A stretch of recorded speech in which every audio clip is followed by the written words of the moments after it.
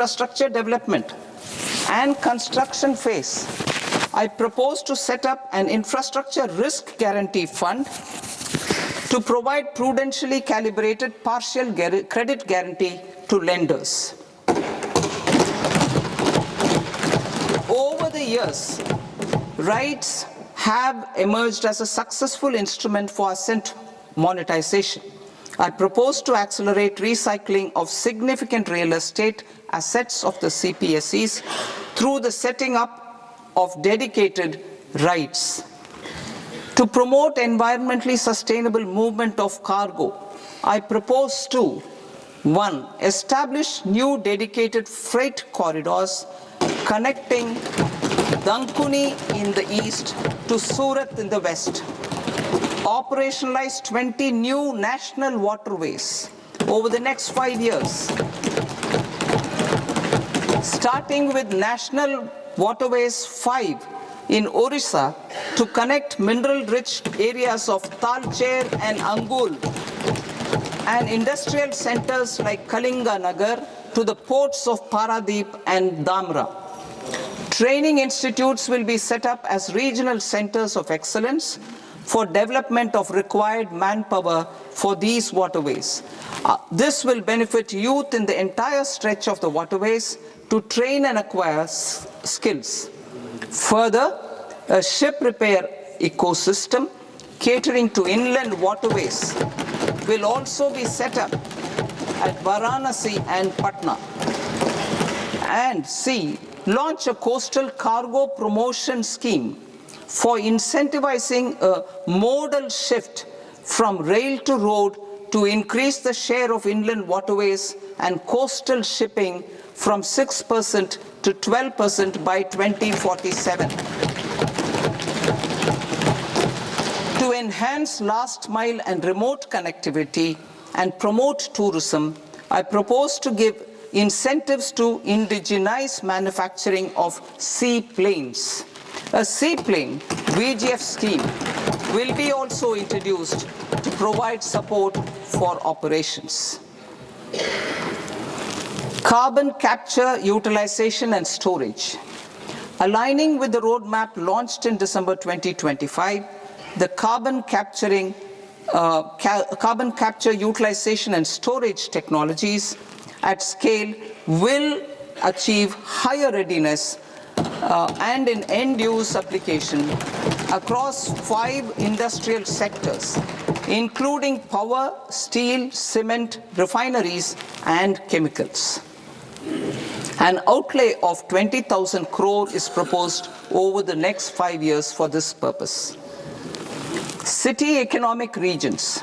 Cities are India's engines of growth, innovation, and opportunities. We shall now focus on Tier 2, Tier 3 cities and even temple towns, which need modern infrastructure and basic amenities. This budget aims to further amplify the potential of cities to deliver the economic power of agglomerations by mapping city economic regions based on their specific growth drivers. An allocation of 5,000 crore per CER over 5 years is proposed for implementing their plans through a challenge mode with a reform-cum-result-based financing mechanism. In order to promote environmentally sustainable passenger systems, we will develop 7 high-speed rail corridors between cities as growth connectors, namely Mumbai to Pune, Pune to Hyderabad, Hyderabad to Bengaluru, Hyderabad to Chennai, Chennai to Bengaluru, Delhi to Varanasi, Varanasi to Siliguri.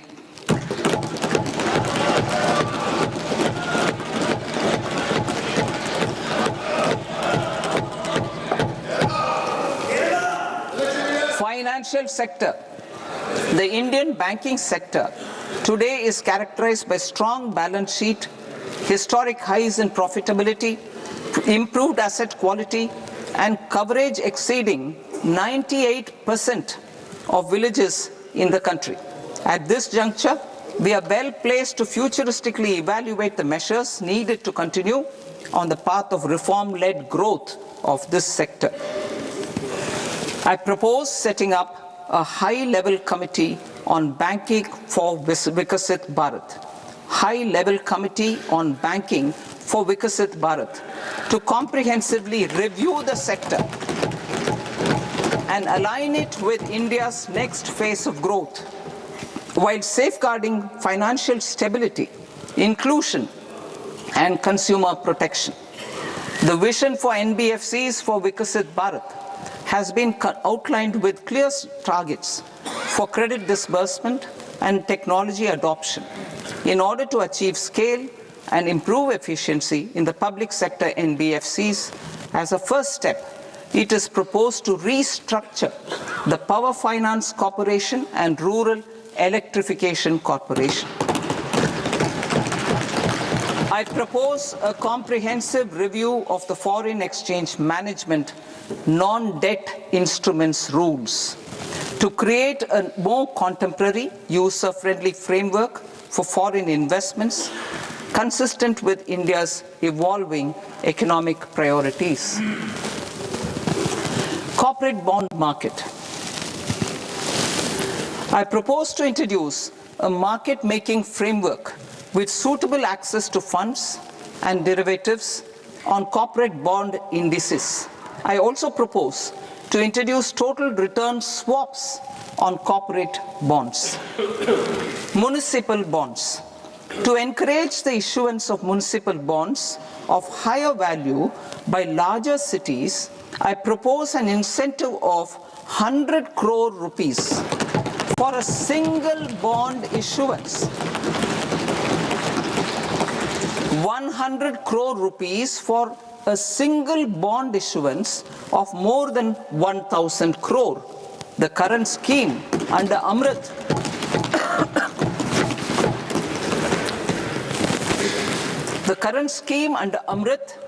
which incentivizes issuances up to 200 crores only, will also continue to support smaller and medium towns.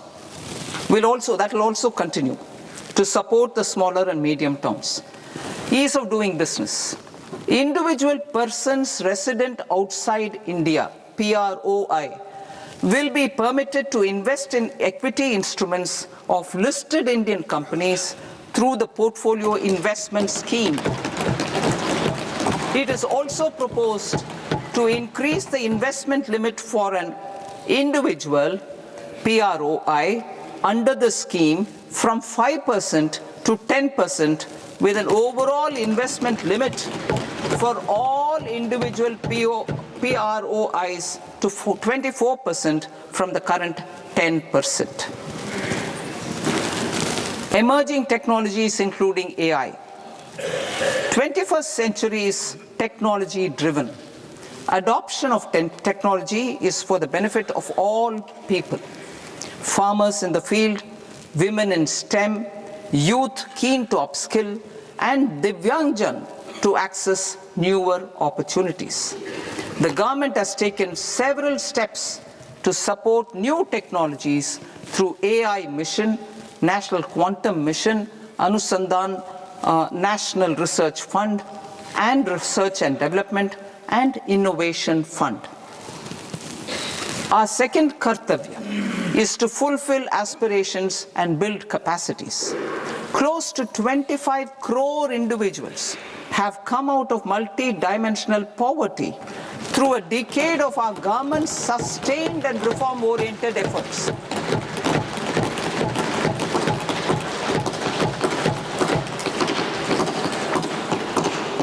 Our government has therefore decided to place a renewed emphasis on the service sector to provide a pathway to fulfilling aspirations of a youthful India with the following measures.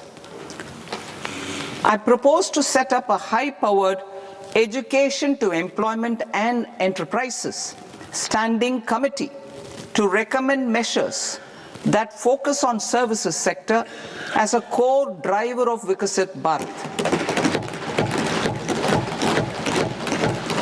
This will make us a global leader in services with a 10% global share by 2047.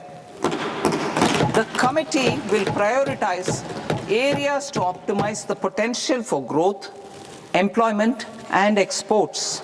They will also assess the impact of emerging technologies, including AI, on jobs and skill requirements and propose measures thereof. To create a range of skilled career pathways, a new range of skilled career pathways for our youth, I propose interventions in the following sectors. Health. Existing institutions for allied health professionals will be upgraded and new AHP institutions established in private and government sectors. This will cover 10 selected disciplines, including optometry, radiology, anesthesia, OT technology, applied psychology and behavioral health, and add 1 lakh AHPs over the next 5 years. A strong care system covering geriatric and allied care services will be built. A variety of NSQF-aligned programs will be developed to train multi-skilled caregivers, combining core care and allied skills such as wellness, yoga, and operation of medical assistive devices. In the coming year, 1.5 lakh caregivers will be trained.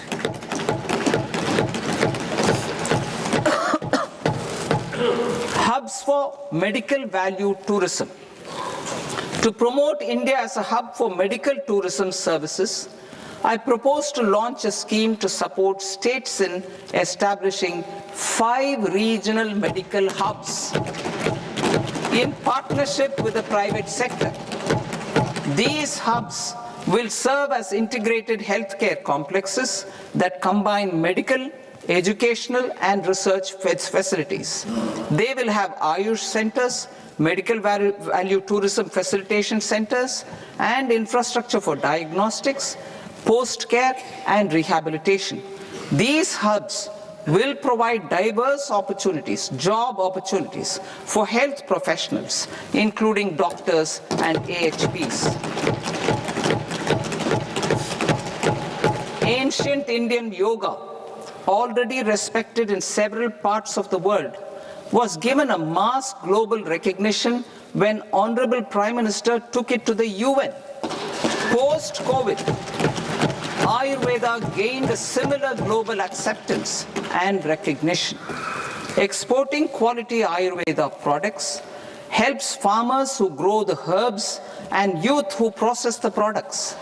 To meet growing global demand, a few more steps are being taken. I propose to 1. Set up 3 new All India Institutes of Ayurveda. 2. Upgrade Ayush pharmacies and drug testing labs for higher standards of certification ecosystem and make available more skilled personnel. 3. Upgrade the WHO Global Traditional Medicine Center in Jamnagar to bolster evidence-based research, training, and awareness for traditional medicine. Animal husbandry. Livestock contributes to close to 16% of farm income, including of poor and marginal households. To scale up availability of veterinary professionals by more than 20,000, I propose to roll out a loan-linked capital subsidy support scheme for establishment of veterinary and para-veterinary colleges, veterinary hospitals, diagnostic laboratories, and breeding facilities in private sector. Collaboration between Indian and foreign institutions will also be facilitated. Orange economy. India's animation, visual effects, gaming and comics sector, AVGC sector, is a growing industry projected to require 2 million professionals by 2030. I propose support I propose to support the Indian Institute of Creative Technologies, Mumbai, in setting up ABGC Content Creator Labs in 15,000 secondary schools all over the country and 500 colleges. The Indian design industry is expanding rapidly, and yet there is a shortage of Indian designers. I propose to establish, through Challenge Route, a new National Institute of Design to boost design education and development in the eastern region of India. Education. Our government will support states through Challenge Route in creating 5 university townships in the vicinity of major industrial and logistics corridors. These planned academic zones will host multiple universities, colleges, and research institutions, skill centers, and residential complexes. In higher education, STEM institutions, prolonged hours of study and laboratory work pose some challenges for girl students. Through VGF, Viability Gap Funding and capital support, one girls' hostel will be established in every district.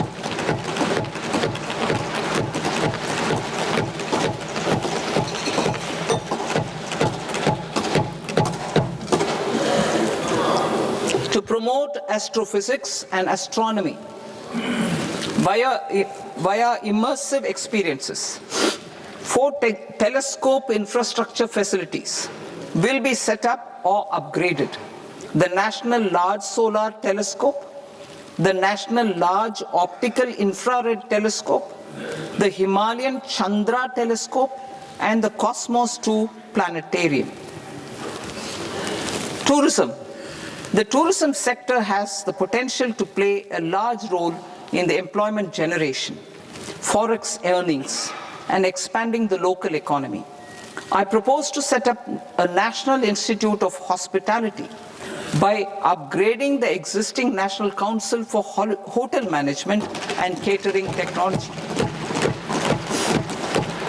It will function as a bridge between academia, industry, and government.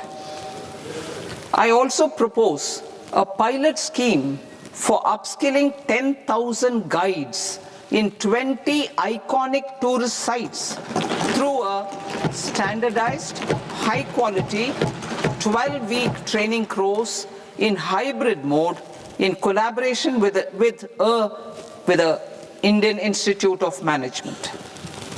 A national destination digital knowledge grid will be established to digitally document all places of significance, cultural, spiritual, and heritage. This initiative will create a new ecosystem of jobs for local researchers, historians, content creators, and technology partners. India has the potential and opportunity to offer world-class trekking and hiking experience. We will develop ecologically sustainable mountain trails in Himachal Pradesh, Uttarakhand, and Jammu Kashmir. Also in Araku Valley in the Eastern Ghats and Podigai Malai in the Western Ghats. Turtle trails along key nesting sites in the coastal areas of Odisha, Karnataka, and Kerala. And 3 bird watching trails along the Pulikat Lake in Andhra Pradesh, Tamil Nadu. It's on the border. Under the visionary leadership of Honorable Prime Minister, we established the International Big Cat Alliance in 2024. This year, India is hosting the first ever Global Big Cat Summit, where heads of governments and ministers from 95 range countries will deliberate on collective strategies for conservation. Heritage and culture tourism. I propose to develop 15 archaeological sites, including Lothal, Dolavira, Rakigadi, Adichanallur, Sarnath, Hastinapur, and Leh Palace into vibrant experiential cultural destinations. Excavated landscapes will be open to the public through curated walkways. Immersive storytelling skills and technologies will be introduced to help conservation labs, interpretation centers, and guides. The sports sector provides multiple means of employment, skilling, and job opportunities. Taking forward the systematic nurturing of sports talent which is set in motion through the Khelo India program earlier, I propose to launch a Khelo India mission to transform the sports sector over the next decade. The mission will facilitate an integrated talent development pathway supported by training centers which are foundational, intermediate, and elite levels. B, systematic development of coaches and support staff. C, integration of sports science and technology. D, competitions and leagues to promote sports culture and provide platforms. And E, development of sports infrastructure for training and competition. Our third Kartavya aligns with our vision of Sabka Saath, Sabka Vikas towards Vikasit Bharat. This requires targeted efforts for 1. Increasing farmer incomes through productivity enhancement and entrepreneurship, with special attention to small and marginal farmers. B. Empowering Divyangjan through access to livelihood opportunities, training, and high-quality assistive devices.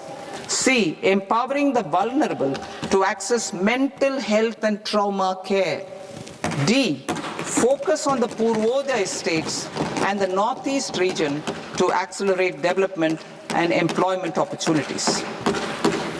Fisheries. We will undertake initiatives for integrated development of 500 reservoirs and Amrit Sarovars. 2. Strengthen the fisheries value chain in coastal areas and enable market linkages involving startups and women-led groups together with fish farmer producer organizations. Animal husbandry.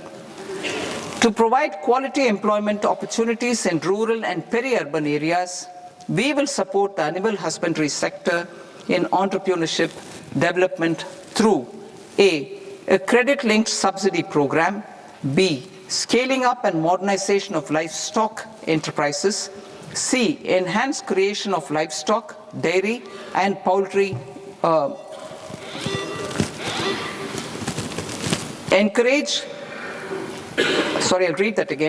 creation of livestock, dairy, and poultry-focused integrated value chains, and D, encourage creation of livestock farmer-producer organizations. High-value agriculture. To diversify farm outputs, increase productivity, enhance farmers' incomes, and create new employment opportunities, we will support high-value crops such as coconut, sandalwood, cocoa, cashew in the coastal areas, agar trees in northeast, and nuts such as almonds, walnuts, and pine nuts in our hilly regions. All of them will be supported. India is the world's largest producer of coconuts. About 30 million people, including nearly 10 million farmers, depend on coconuts for their livelihood. To further enhance competitiveness in coconut production, I propose a coconut promotion scheme to increase production and enhance productivity through various interventions, including replacing and non-productive trees with new saplings or plants or varieties in major coconut growing states. A dedicated program is proposed for Indian cashew and cocoa to make India self-reliant in raw cashew and coconut production and processing, enhance export competitiveness, and transform Indian cashew and Indian cocoa into premium global brands by 2030. Sandalwood. Sandalwood is closely linked to India's social and cultural heritage. Our government will partner with state governments to promote focused cultivation and post-harvest processing to restore the glory of the Indian sandalwood ecosystem, to rejuvenate old, low-yielding orchards and expand high-density cultivation of walnuts, almonds, and pine nuts. We will support a dedicated program to enhance farmer incomes and in bringing value addition by engaging youth. Bharat Vistar, that is virtually integrated system to access agricultural resources.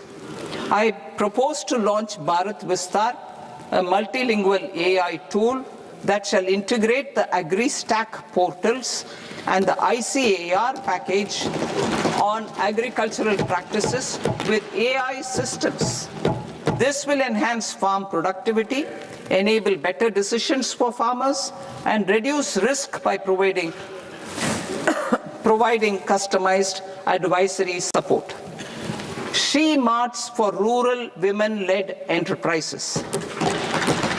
Building on the success of Lakpati Didi program, I propose to help women take the next step from credit-linked livelihoods to being owners of enterprises.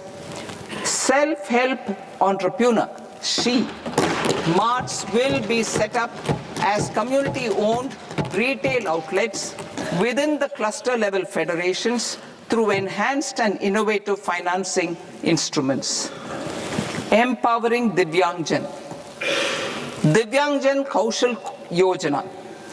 Information technology, AVGC sectors, hospitality and food and beverages sectors often offer task-oriented and process-driven roles which are suitable for Divyangjan.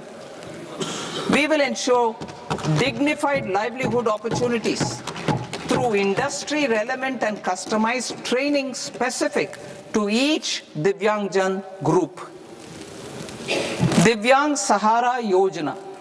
Timely access to high-quality assistive devices for all eligible Divyangjan is a fundamental need.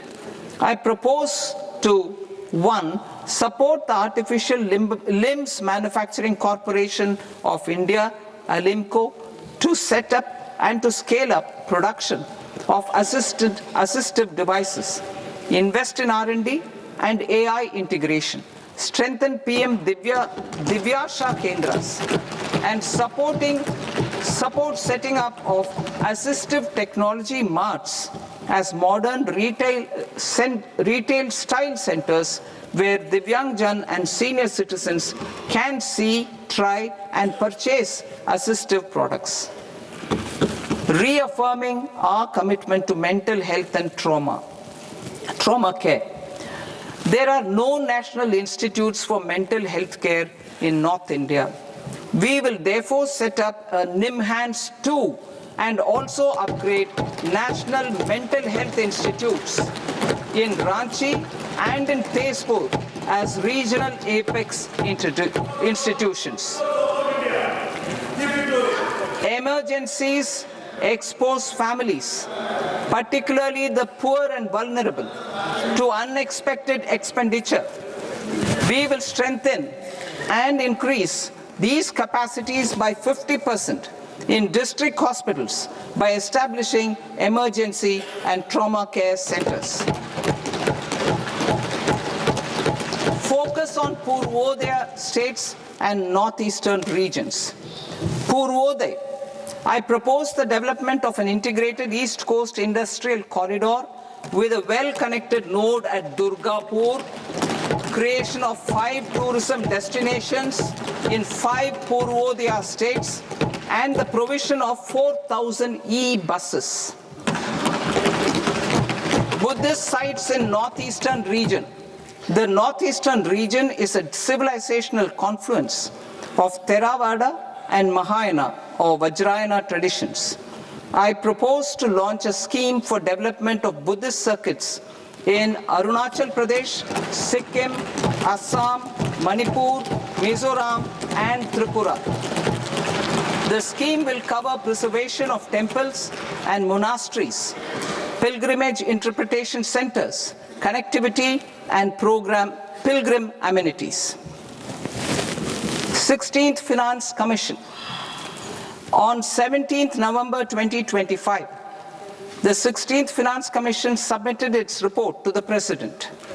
As mandated under Article 281 of the Constitution, the government is to lay the report along with the explanatory memorandum on the action taken report on the recommendations of the Commission in Parliament, which, Sir, Honourable Speaker, you've allowed me to do at the commencement of this session. The government has accepted the recommendation of the Commission to retain the vertical share of devolution at 41%. As recommended by the Commission, I have provided 1.4 lakh crores of rupees to the states for the year 2026-2027 as Finance Commission grants. These include rural and urban local body and disaster management grants. Fiscal consolidation. Government has been delivering on our fiscal commitments consistently without compromising on social needs.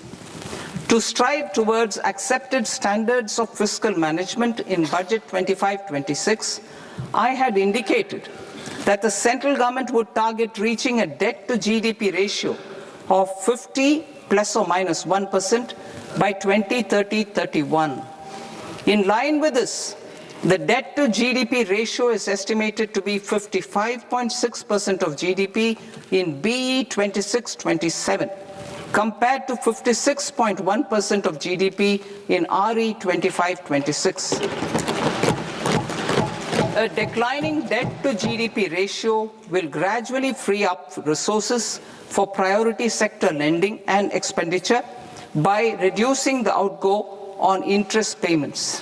One of the main operational instruments for debt targeting is the fiscal deficit. I am happy to inform this august House that I fulfilled my commitment made in 2021-2022 to reduce fiscal deficit below 4.5% of GDP by 25-26. In RE 25-26, the fiscal deficit has been estimated at par with BE of 2025-26 at 4.4% of GDP. In line with the new fiscal prudence path of debt consolidation, the fiscal deficit in BE 26-27 is estimated to be 4.3% of the GDP.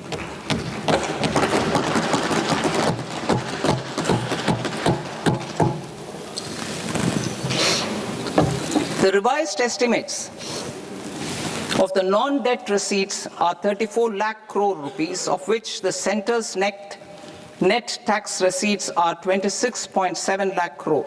The revised estimate of the total expenditure is 49.6 lakh crore rupees, of which the capital expenditure is about 11 lakh crores. Budget estimates 2026 to 2027. Coming to 26-27, the non-debt receipts and the total expenditure are estimated as 36.5 lakh crore and 53.5 lakh crore respectively. The centre's net tax receipts are estimated at 28.7 lakh crore rupees. To finance the fiscal deficit, the net market borrowings from dated securities are estimated at 11.7 lakh crore rupees. The balance financing is expected to come from small savings and other sources. The gross market borrowings are estimated at 17.2 lakh crore rupees. I'll now move to Part B. Part B, direct taxes.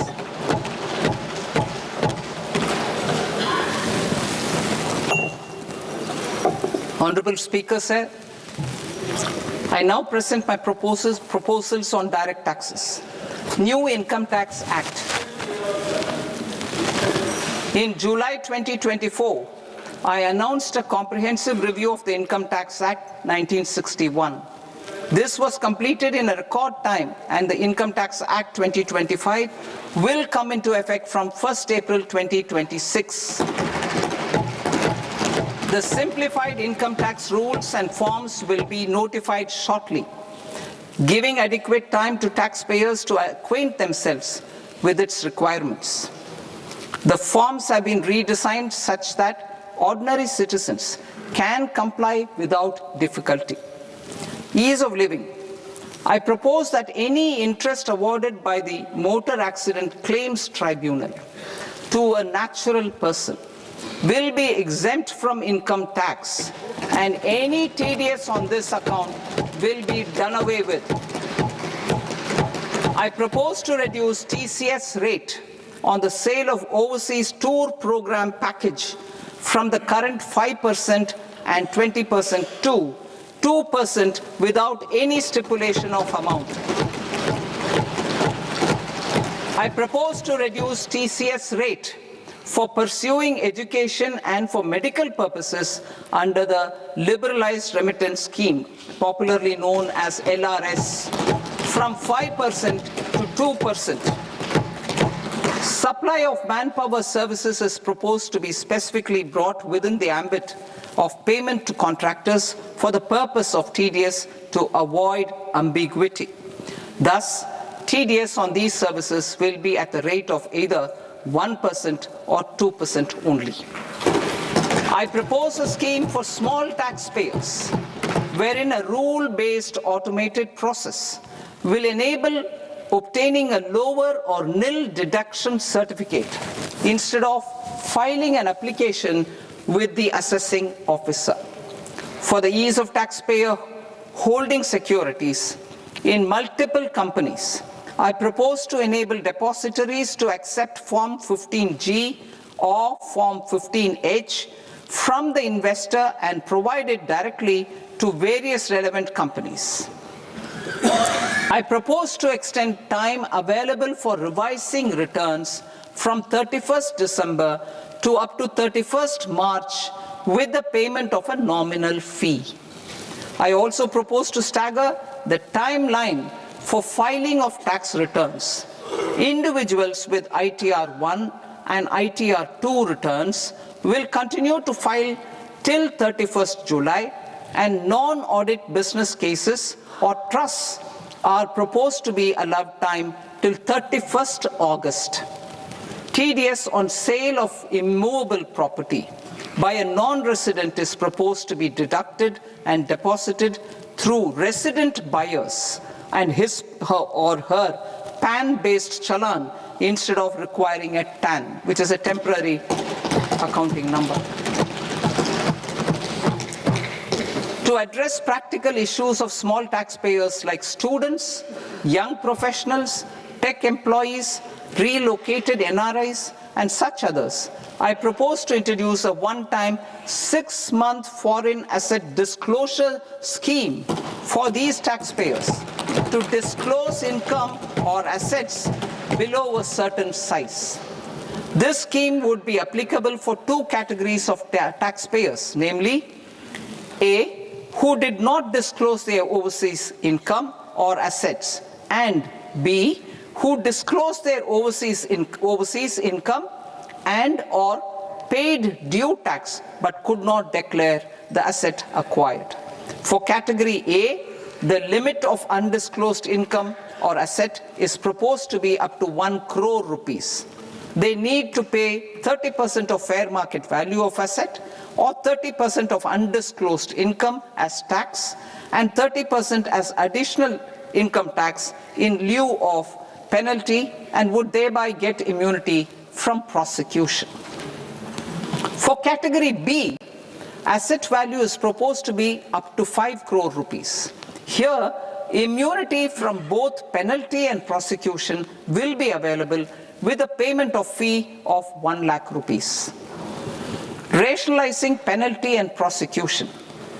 Multiplicity of proceedings are hindrance to the ease of doing business. I propose to integrate assessment and penalty proceedings by way of a common order for both. There will be no interest liability on the taxpayer on the penalty amount for the period of appeal before the first appellate authority, irrespective of the outcome of appeal process. Further, quantum of prepayment is being reduced from 20% to 10% and will continue to be calculated only on core tax demand. As an additional measure for reducing litigation, I propose to allow taxpayers to update their returns even after reassessment proceedings have been initiated, and an additional 10% tax rate over and above the rate applicable for the relevant year. The assessing officer will then use only this updated return in his proceedings. There is already a framework for immunity from penalty and prosecution in the cases of underreporting. I propose to apply this framework for immunity to misreporting too. However, in such a case, the taxpayer will need to pay 100% of the tax amount as an additional income tax over and above the tax and interest due. Penalties for certain technical defaults, such as failure to get accounts audited, non-furnishing of transfer pricing audit report, and default in furnishing statement for financial transactions, are proposed to be converted into fee.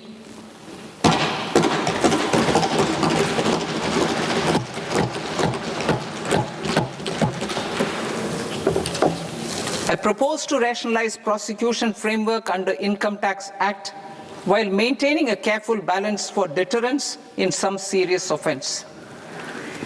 Non-production of books of account and documents and requirement of TDS payment where payment is made in kind are being decriminalized. Further, minor offences will attract fine only. The remaining prosecutions will be graded commensurate with the quantum of offence. They will entail only simple imprisonment with maximum imprisonment reduced to 2 years and power to courts to convert even those into fines. There is no penalty. There is no penalty presently for non-disclosure of non-immovable foreign assets with aggregate value less than 20 lakh rupees.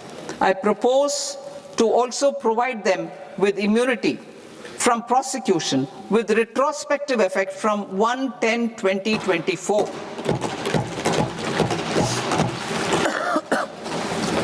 Cooperatives. Deduction is already allowed to a primary cooperative society engaged in supplying milk, oilseeds, fruits or vegetables raised or grown by its members. I propose to extend this deduction to also include supply of cattle feed and cotton seed produced by its members. I propose to allow inter-cooperative society dividend income as deduction under the new tax regime to the extent it is further distributed to its members. I further propose to allow exemption for a period of 3 years to dividend income received by a notified national cooperative federation on their investments made in companies up to 31/1/2026. This exemption would be allowed only for dividends further distributed to its member cooperatives. Supporting IT sector as India's growth engine. India is a global leader in software development services, IT-enabled services, knowledge process outsourcing services, and contract R&D services relating to software development. These businesses and their segments are quite interconnected with each other. All these services are proposed to be clubbed under a single category of information technology services with a common safe harbor margin of 15.5% applicable to all.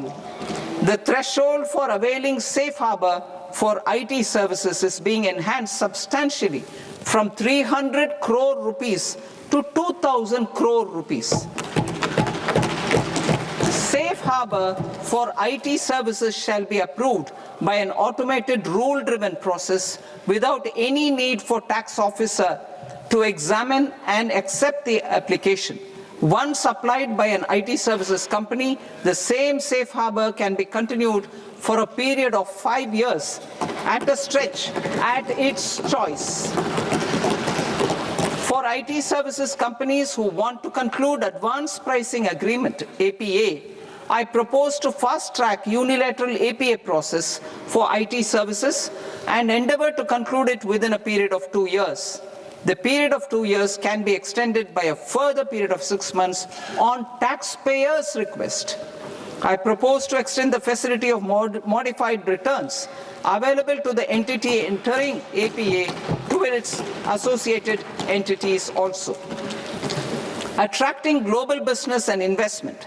Recognizing the need to enable critical infrastructure and boost investment in data centers, I propose to provide tax holiday till 2047 to any foreign company that provides cloud services to customers globally by using data center services from India. It will, however, need to provide services to Indian customers through an Indian reseller entity. I also propose to provide a safe harbor of 15% on cost in case the company providing data center services from India is a related entity. To harness the efficiency of just-in-time logistics for electronic manufacturing, I propose to provide safe harbor to non-residents for component warehousing in a bonded warehouse at a profit margin of 2% of the invoice value.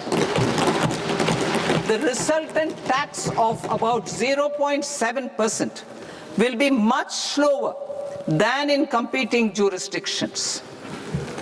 To provide fillip to toll manufacturing in India, I propose to provide exemption from income tax for 5 years to any non-resident who provides capital goods, equipment, or tooling to any toll manufacturer in a bonded zone. To encourage vast pool of global talent to work in India for a longer period of time, I propose to provide exemption to global, non-India sourced income of a non-resident expert for a stay period of 5 years under notified schemes. I propose to provide exemption from minimum alternate tax, the MAT, to all non-residents who pay tax on presumptive basis. Tax administration. I propose to constitute a joint committee of Ministry of Corporate Affairs and Central Board of Direct Taxes for incorporating the requirements of income computation and disclosure standards, the ICDS, in the Indian Accounting Standards, Ind AS itself. Separate accounting requirement based on ICDS will be done away with from the tax year 27-28. To support Prime Minister Modi's vision of homegrown accounting and advisory firms to become global leaders, I propose to rationalize the definition of accountant for the purposes of safe harbor rules. Other tax proposals. Change in taxation of buyback was brought in to address the improper use of buyback route by promoters. In the interest of minority shareholders, I propose to tax buyback for all types of shareholders as capital gains. However,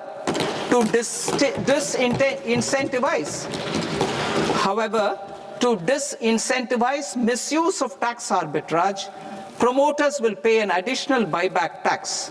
This will make effective tax 22% for corporate promoters. For non-corporate promoters, the effective tax will be 30%. TCS rate for sellers of specific goods, namely alcoholic liquor, scrap, and minerals, will be rationalized to 2%, and that on tendu leaves will be reduced from 5% to 2%. I propose to raise the STT on futures to 0.05% from the present 0.02%. STT on options premium and exercise of options are both proposed to be raised to 0.15% from the present rate of 0.1% and 0.125% respectively.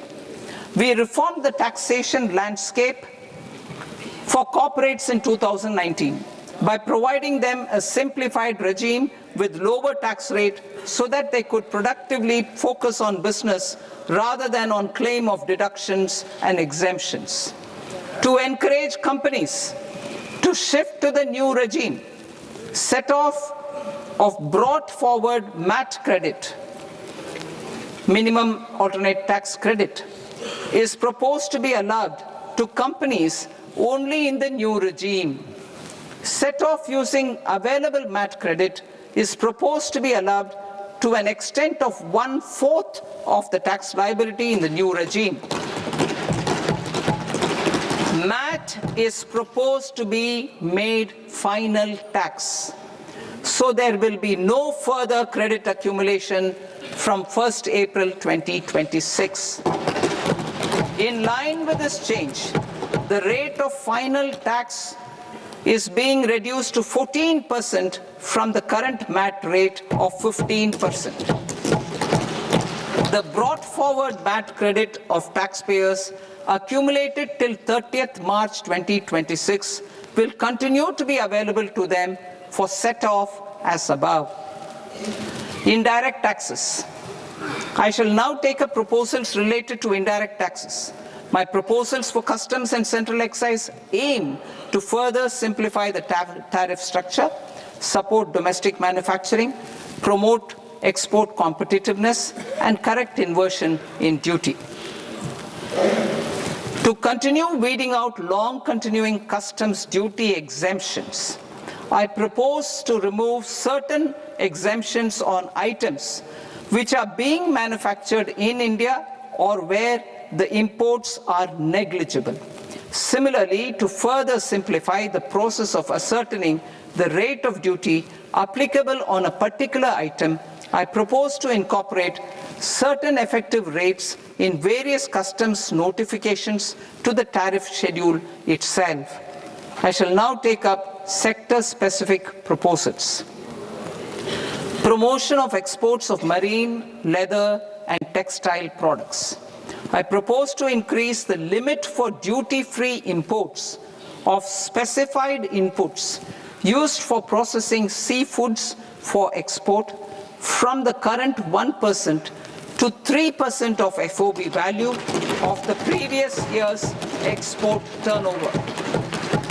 I also propose to allow duty-free imports of specified inputs, which is currently available for exports of leather or synthetic footwear, to exports of shoe uppers as well. I propose to extend the time period for export of final product from the existing 6 months to 1 year for exporters of leather or textile garments, leather or synthetic footwear, and other leather products. Energy transition and security. I propose to extend the basic customs duty exemption given to capital goods used for manufacturing lithium-ion cells for batteries to those used for manufacturing lithium-ion cells for battery energy storage systems also. I propose to exempt basic customs duty on import of sodium antimonate for use in manufacture of solar glass. Nuclear power. I propose to extend the existing basic customs duty exemption on imports of goods required for nuclear power projects till the year 2035 and expand it for all nuclear plants irrespective of their capacity. Critical minerals. It is proposed to provide basic customs duty exemption to the import of capital goods required for the processing of critical minerals in India. Biogas blended CNG. I propose to exclude the entire value of biogas while calculating the central excise duty payable on biogas blended CNG. Civil and defense aviation. I propose to exempt basic customs duty on components and parts required for the manufacture of civilian training and other aircrafts. It is proposed to exempt basic customs duty on raw materials imported for the manufacture of parts of aircraft to be used in maintenance, repair, or overall requirements by units in the defense sector. Electronics. To deepen value addition in the consumer electronics sector, I propose to exempt basic customs duty on specified parts used in the manufacture of microwave ovens. Special economic zone. To address the concerns arising about utilization of capacity by manufacturing units in the special economic zones due to global trade disruptions, I propose as a special one-time measure to facilitate sales by eligible manufacturing units in SEZs to the domestic tariff area at concessional rates of duty. The quantity of such sales will be limited to a prescribed proportion of their exports. Necessary regulatory changes will be undertaken to operationalize the measures while ensuring level playing field for the units working in the DTA. Ease of living. To rationalize the customs duty structure for goods imported for personal use, I propose to reduce the tariff rate on all dutiable goods imported for personal use from 20% to 10%. To provide relief to patients, particularly those suffering from cancer, I propose to exempt basic customs duty on 17 drugs or medicines. I propose also to add 7 more rare diseases for the purposes of exempting import duties on personal imports of drugs, medicines, and food for special medical purposes used in their treatment. Customs process. India's role and share in the global trade is poised for a major leap in line with our ambition and journey towards Vikasit Bharat. In this regard, I propose many measures for custom processes to have minimal intervention for smoother and faster movement of goods and greater certainty to the trade. Trust-based systems. I propose to enhance duty deferral period for Tier 2 and Tier 3 authorized economic operators, known as AEOs, from 15 days to 30 days. I propose to provide eligible manufacturer importers the same duty deferral facility. This should encourage them to get themselves accredited as a full-fledged Tier 3 AEO in due course. To provide greater certainty and for better business planning, I propose to extend validity period of advance ruling binding on customs from the present 3 years to 5 years. In the spirit of the whole of government approach,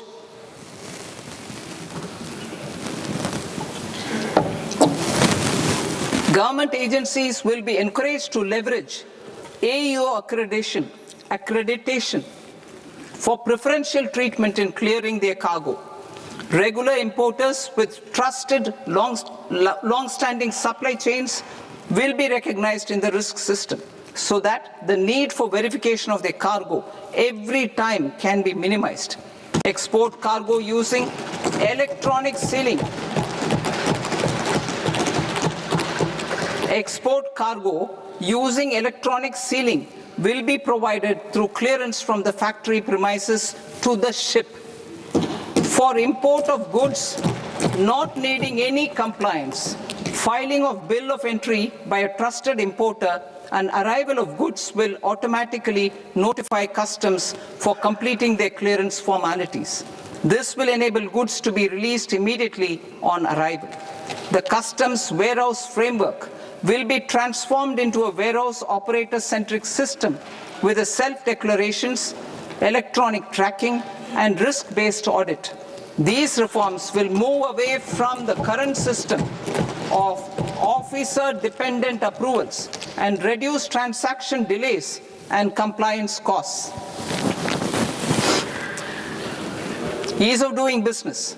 Approvals required for cargo clearance from various government agencies will be seamlessly processed through a single and interconnected digital window by the end of the financial year.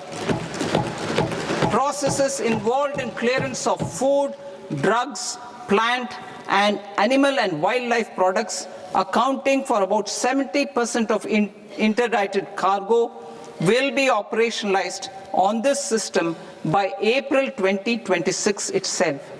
For goods not having any compliance requirement, clearance will be done by customs immediately after online registration is completed by the importer, subject to the payment of duty.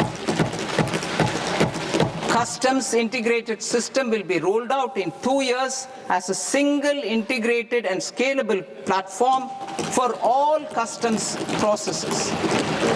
Utilization of non-intrusive scanning with advanced imaging and AI technology for risk assessment will be expanded in a phased manner with the objective to scan every container across all the major ports. New export opportunities to support Indian fishermen to fully harness the economic value of marine resources beyond our territorial waters. The following measures will be taken. A. Fish catch by an Indian fishing vessel in exclusive economic zone or on the high seas will be made free of duty. Landing of such fish on foreign port will be treated as export of goods. Safeguards will be put in place to prevent misuse during fish catch, transit, or transshipment. To support aspirations of India's small businesses, artisans, and startups to access global markets through e-commerce, I am pleased to announce complete removal of the current value cap of 10 lakh rupees per consignment on courier exports. In addition, handling of rejected and returned consignments will be improved with effective use of technology for identifying such consignments. I propose to revise provisions governing baggage clearance during international travel to address genuine concerns of passengers. The revised rules will enhance duty-free allowances in line with the present-day travel realities and provide clarity in temporary carriage of goods brought in or taken out. There are honest taxpayers who are willing to settle disputes by paying all their dues, but they get deterred due to negative connotation associated with penalty. They will now be able to close cases by paying an additional amount in lieu of penalty. Honorable Speaker, sir, with this, I commend the budget to this august House. Jai Hind.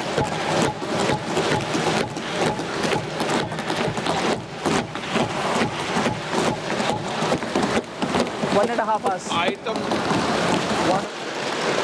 Item number 3, माननीय वित्त मंत्री जी।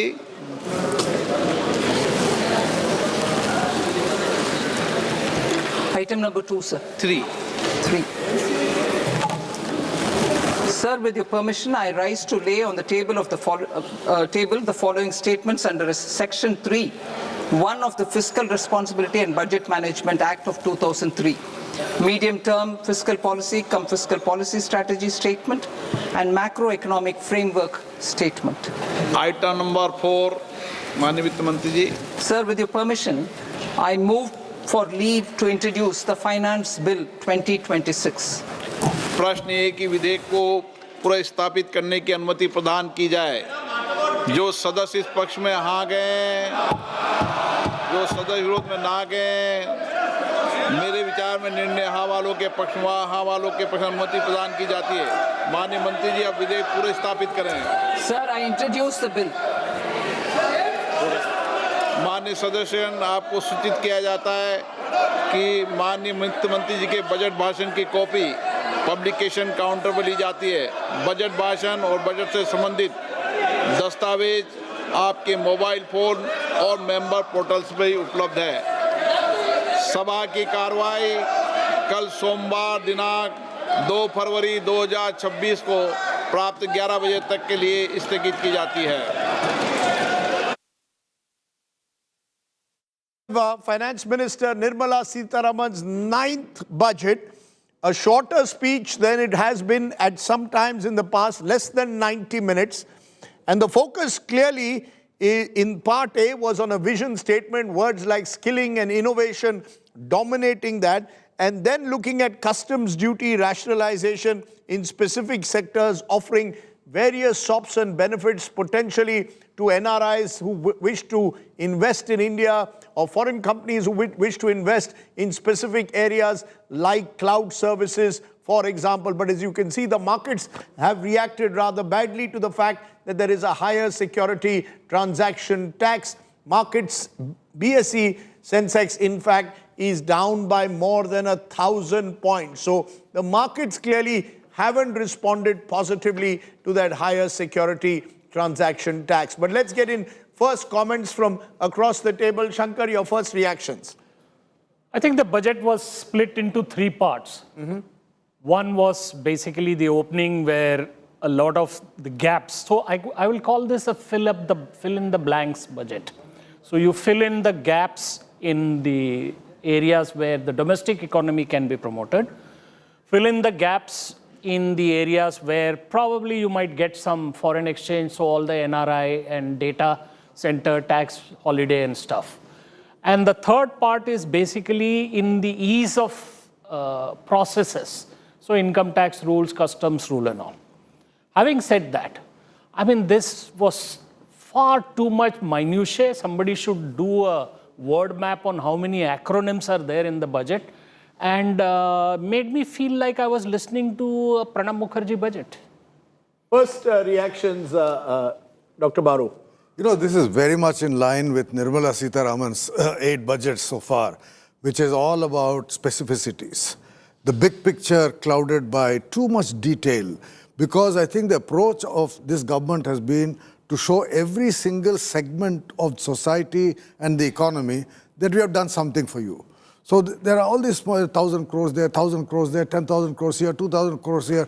The spending divided into so many sectors. You don't get an idea of what is the total amount being spent.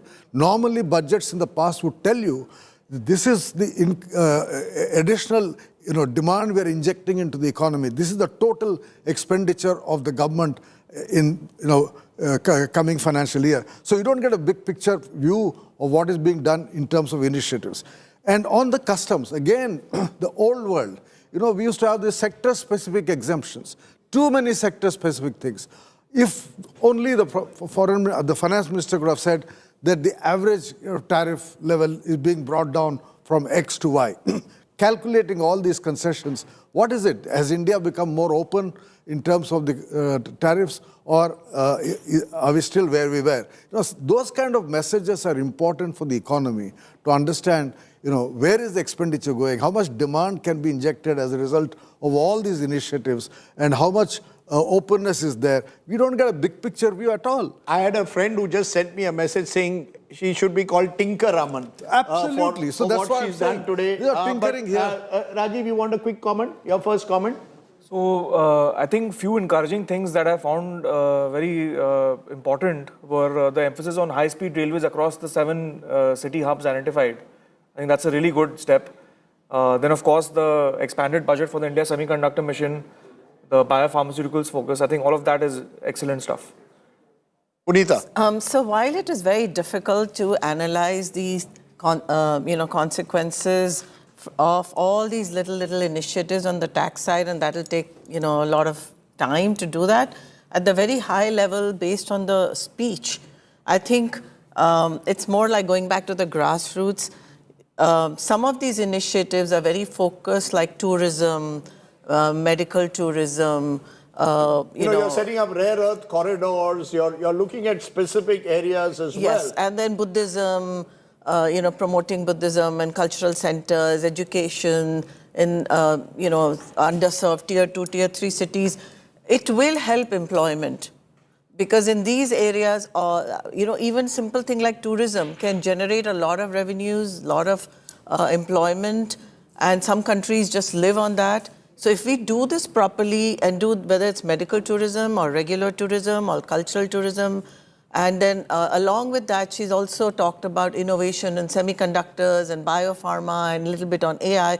So I think all of those She tried to touch all the buttons. And sometimes when you touch, there is one view that you should have been more selective, touch 5 or 6 core areas. But she's tried to touch the whole gamut of areas. But did you notice she didn't touch the defense button, which we were talking about? No, she didn't even talk about it at all. No, absolutely. She sort of stayed away from that. But the sense is the markets have reacted very negatively because of the security transaction tax, which is a minor up, but presumably the markets didn't want any of these taxes to be touched at all. No, Markets this is an wanted a expectation change. story. Basically, they expected that somehow the FIIs will be wooed back, or somehow the LTCG might be changed. Yeah, markets wanted, of course, they didn't want capital gains and STT, and instead we've got an increase in STT, so that was a shock. But I think they've given nothing for FIIs, but they have done something for NRIs. So NRIs have been given a lot of tax incentives. Now, whether NRIs will start coming to India more and doing it, I hope they will. But then, they are stuck with this 120-day limit. They can't even spend more than 120 I don't days recall in India. when last, during the budget itself, the market has slid by 1,000 points. That's a long time since that's happened. It's also much higher now. But during the budget itself, 1.5% slide. No, we are going back 20 odd 1,000 years. points is not We are going much back nowadays. 20. No, during the budget, market sliding by 1,000 points, more than 1,000 points, is about 20 years ago. When, if you recall, that was the first budget of the UPA run with the left, and then A.B. Bardhan famously But 20 years said, ago, the index level was also much lower, right? So Sure, but even so, a 1,000-point drop is a substantial drop today while the budget speech is on. Clearly, the markets had expected that the STT would not be touched. And the fact that it's been touched has led to some kind of confidence lapse. Siddharth Zarabi also will join us in a moment. My colleague Maria Shakil is with us. We'll get reactions both from government and opposition in a moment. Rajiv Gowda is national spokesperson of the Congress. He heads their research cell. Mr. Gowda, you've been a critic of this government. Tell us very honestly, objectively, the best thing about the budget and what you didn't like. I want an honest answer. I only give honest answers, Rashdeep. No, Honestly, politicians don't. There must be something. First, tell me what's the good thing about the budget. Good thing is the 2 enhancements that they're going to implement in different parts of the country. Mental health and is a domain that really needs addressing. So there's a first step in that direction. Now, just let me turn to focusing on my job, which is to point out what all is wrong. The markets are collapsing there because not just one particular feature of the increase in the tax for the transaction. The basic point is that this was a crisis budget, right? We are facing a crisis in terms of foreign confidence and investment. And so what you need to do is to revive multiple dimensions of the Indian economy. Now, for all the talk about these 3 kartavyas, etc., just take what is being done for youth? Is whatever initiative that she announced here today actually going to create jobs? What has been the track record so far? What happened to agriculture? What happened to defense? How come any of these massive, crucial domains have actually been ignored in this very long, but not longest speech? So these are the sorts of questions that come up right away and say, what's, this government... I'm just taking short reaction. Using the budget as an announcement platform, but look at the track record and just see whether any of these have actually translated into any outcome. Okay. Siddharth Zarabi joins us. Siddharth, your first reactions, particularly as I told Shankar, I don't recall last when during the budget speech the market takes such a sharp dip. Is it just the STT which has spooked the market? Well, there have been instances of significant dips, including when the more than 1,000 points was maybe retrospective tax last. Bases were last, but I recall Pranab Mukherjee's retrospective amendment budget. But the broad point that you were making, Rajdeep, about why, it's a very simple why the securities transaction tax has been hiked. You can talk about the quantum, but its impact is coming at a time when people were looking for some relief from a stock market perspective, essentially on account of the fact that the markets have been negative for quite some time, have taken a beating on account of various external factors. So the comparison in the mind of market makers and market players is that instead of addressing that trend, they are taking this as an absolute negative that you have gone ahead and hiked on futures and options. But why is this? It's very clear on a directional basis, Rajdeep, not now, but for several years, that the government, fiscal authority believes that as far as this aspect of our economy is concerned, there should not be unnecessary speculation. And that is why this strings together. Now, individual packs, for example, if you were to look at the defense pack of stocks, these are taking a hit on account of, again, this build-up of anticipation that there would be an Operation Sindoor impact. And that is why you are seeing the kind of negative, the Sensex down 1.2%, the Nifty down 1.37% as we speak. Okay, let's bring in Rajan Navani now. Mr. Navani, how are you looking at the numbers right now? I mean, of course, the stock market has given a huge thumbs down, but the larger question is that how will you describe this budget? Will you be saying, of course, we did not hear any big bang announcements like we saw in 2025. Is this the budget of consolidation then? Yes, I think exactly that. Budgets normally shape balance sheets for a year, but I think this growth-focused budgets, actually shape a nation's future for decades. And I think this is aligned to the Viksit Bharat 2047 vision of the government, which not only deepens, I think, Bharat's internal economic strength through inclusivity, but at the same time ensuring how India can continue to march on the global stage, leveraging technology, the creative young power that India has. And I think multiple aspects of that in some shape and form have been addressed in the budget. We represent India's pioneering platform in the orange economy. And, this was the first time that has been discussed, which is actually the creative industries in India generating livelihoods, which will not only, come in the time of AI and new technologies, but, shape different aspects as we go ahead. Also, as a board member of the IICT, seeing an additional commitment to creating, 15,000 content centers in schools and in colleges is a big push to get the next generation of livelihood creation, in place, right? A big job of the government is to create jobs. I think we are seeing a big shift due to technology and how jobs will play out in the future. And I think this budget addresses largely that new emerging Bharat young component, not only positioning itself for India, but globally. And now moving really from a content creation to an IP-owned and many see this future. as perhaps the government of India still not ready for the big AI leap of faith that we have seen, say, in having been taken by United States or China. India is still to catch up. Is there a sense also from this budget that, yes, as far as data centers are concerned, that is going up, but still a long march for India to catch up with what has been achieved by China and US already? Sure. You think of AI has multiple layers, right? I think there are base infrastructure. And I think this budget has clearly said India is going to be a global cloud player. for the world, because that's where the data resides. Giving clarity on tax things until 2047 is, I think, pretty innovative, never heard before in India. So, that was my original point, right? That this budget really talks about a longer term view and also explains, stock markets today look at short term, like what we are saying, higher securities tax, and react immediately. But when you think of a long term foundational building base for Indian industry, the Indian economy, with the next generation of consumers, the young people who are not only going to consume, but also going to be the world's largest employees, and no country better than India to unlock that potential. So I think if done right, India can ride the journey very well. Let's look at specifically the tax holiday till 2047 for foreign companies that provide cloud services to India, but we'll get some live reactions that are coming in. Let's listen into some of them. Rare earth mineral और capex बढ़ा दिया है इस overall इसको किस तरह देखते हैं एक्सपोर्ट को लेके भी काफ़ी फोकस है एक्सपोर्ट पे फोकस है रेयर अर्थ पे फोकस है कैपेक्स भी 1 लाख करोड़ से बढ़ाया है तो वो भी बड़ा अच्छा है क्योंकि पहले भी अगर आप पहले से देखें तो 11 लाख करोड़ भी बहुत नंबर था अगर आप 4 साल पहले से देखें तो ऑलमोस्ट डबल कर दिया तो इस बार और 10-12% से बढ़ाया है thank you sir how do you look at the Siddharth, tax holiday till 2047 to foreign companies that provide cloud services to India, that work with Indian companies, importantly, is a major boost. Do you see that having a...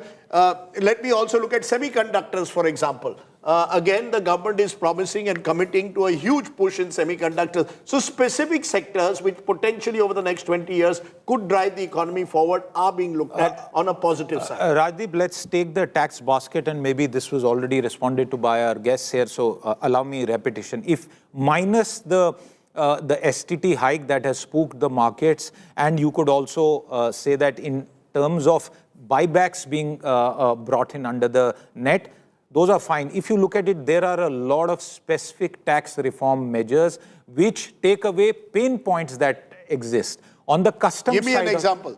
Plenty of them. For example, you have a reduced TCS rate under the liberalized remittance scheme. This helps those for education fees, those who are paying, or for medical purposes. You will, you have taken specific measures as far as NRIs are concerned. A new foreign asset disclosure scheme. It's allowing people to pay up in one go and get rid of the fear of a legal overhang. Decriminalization of non-production of books of accounts or certain disclosures. These are minutiae. It may not be a headline grabbing, but I just want to take up 3 numbers which to me are the most significant, which talk about how this government has remained on the path over multiple years. One is the fiscal roadmap and the numbers, the shift to debt to GDP. By next year, we will be able to have a comparative figure. The second is the capex hike. This is again very clear that physical infrastructure along with digital and new age sectors like semiconductors that you spoke about, Rajdeep, remain a priority. And I wonder if it's been discussed, but the 16th Finance Commission report has recommended 41% devolution. That 41% devolution was prevailing for the previous 5 years. That has been continued. So that part of the political economy, especially with regard to resource availability for states, being taken care of. I would say the broad macro numbers and staying on the path, no shocks, no surprises, and obviously the fiscal deficit couldn't have become 3%. Yeah, go ahead. Keeping up the capital expenditure. Keeping up the capital expenditure, over 12 trillion rupees. And cleaning up the house with regard to certain tax and definitely for customs. These are the 3 broad pillars. Now, allocations for schemes. I must say that those are headline numbers. It takes time for the economy to absorb them. Several of them spill over into multi-year implementation. So for the moment, we can look beyond those numbers as well. Given the capex numbers that you all just spoke about, let's go to Vinayak Chatterjee, Chairman, CII, National Committee on PPP in Infrastructure, Founder and Managing Trustee, the InfraVision Foundation. Your first reactions, Mr. Chatterjee, also joined by Vivek Bhatia, MD and CEO, TKIL Industries. But first you, Mr. Chatterjee. Thank you. I will restrict my comments to my pay grade, which is relates to the infrastructure sector. In this budget, I have found 2 major dominant themes in infrastructure. One is a very significant focus on urban infrastructure, and the next is a bit of a transformational agenda, which is 7 new high-speed rail corridors. These are the 2 major dominant themes, and there are 4 sub-themes which find an impactful presence in the budget. One is with regard to the entire focus on social infrastructure, medical tourism, university townships, archaeological sites, sports training institutes, and tourism circuits. The second is coastal and inland waterways. The third is financial restructuring, REITs for unlocking land, monetizing land of CPSEs, infra risk guarantee fund, restructuring of PFC and REC and municipal bonds. And the fourth is the fair amount of tax incentives being given for data centers, nuclear, biogas, and aircraft, MRO, and manufacturing Mr. parts. Chatterjee, so these are my broad takes on this budget. Yep. Yes.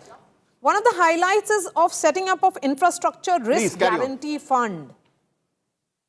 What will it really entail? Yes. Infrastructure risk guarantee fund. Well, we have to see the fine print, but it says, yes, it is, the FM clarified that this was for lenders.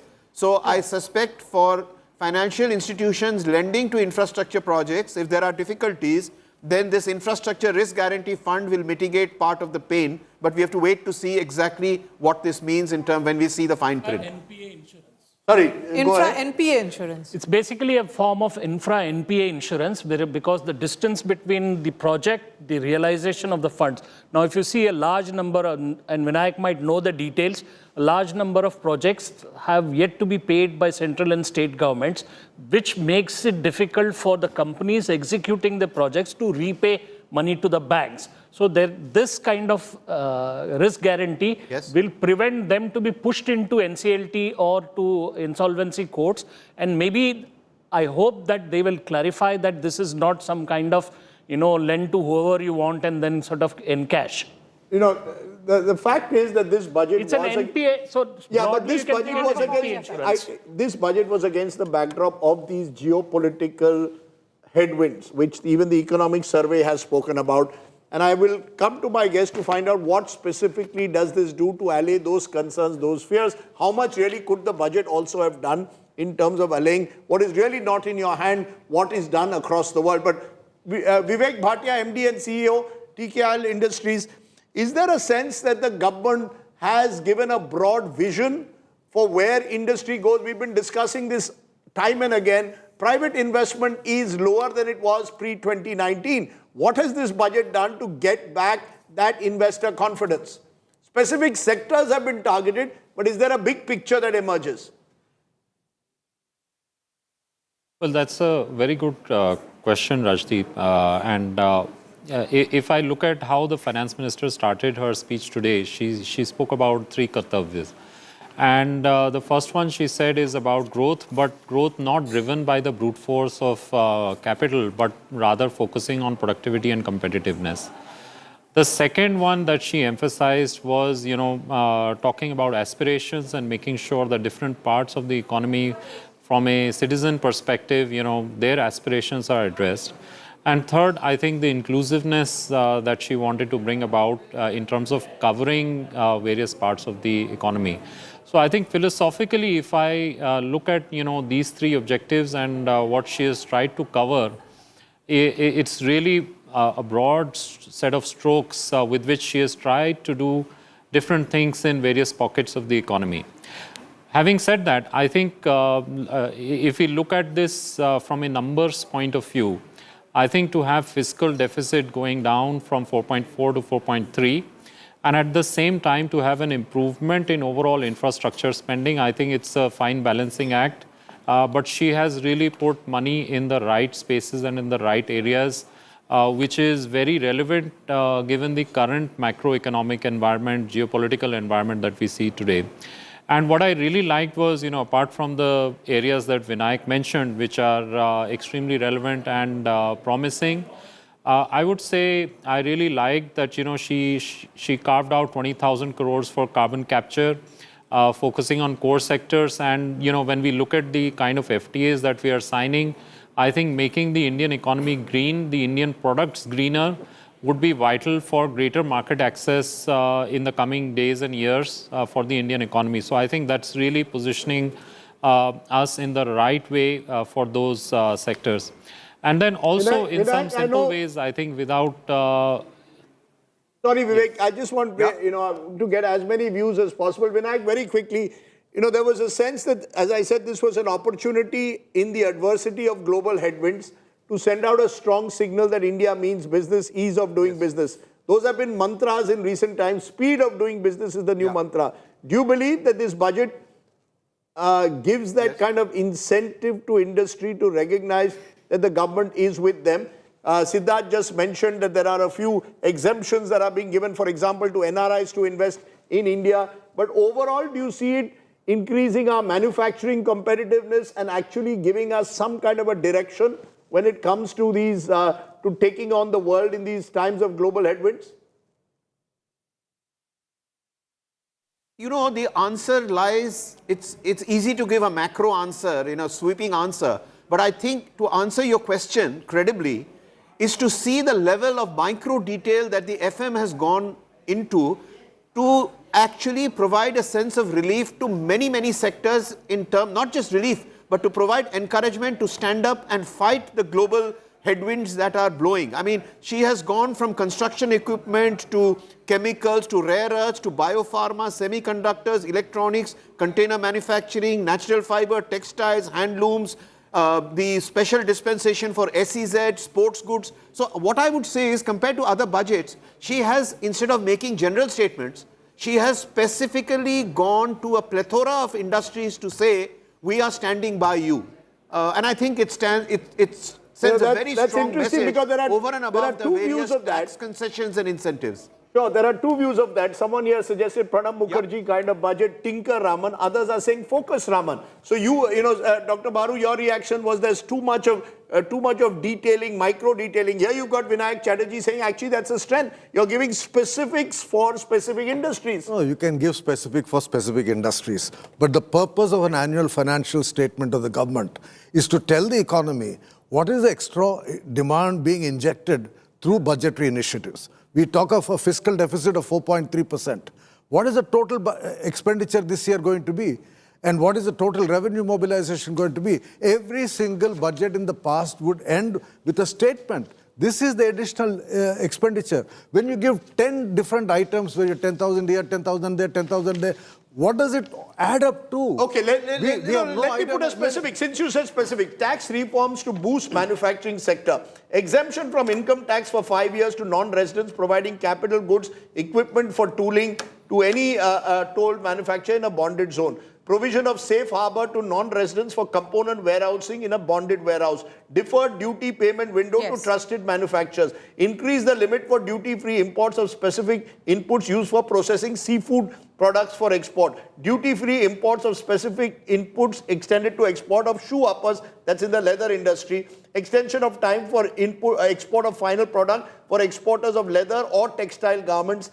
Basic custom duties for manufacture of microwave ovens, basic custom duty exemptions for those in aircraft manufacturing. We've also looked at, you can also look at nuclear power specific areas, a special one-time measure to facilitate sale in domestic tariff area of duty by eligible manufacturing units of SEZs.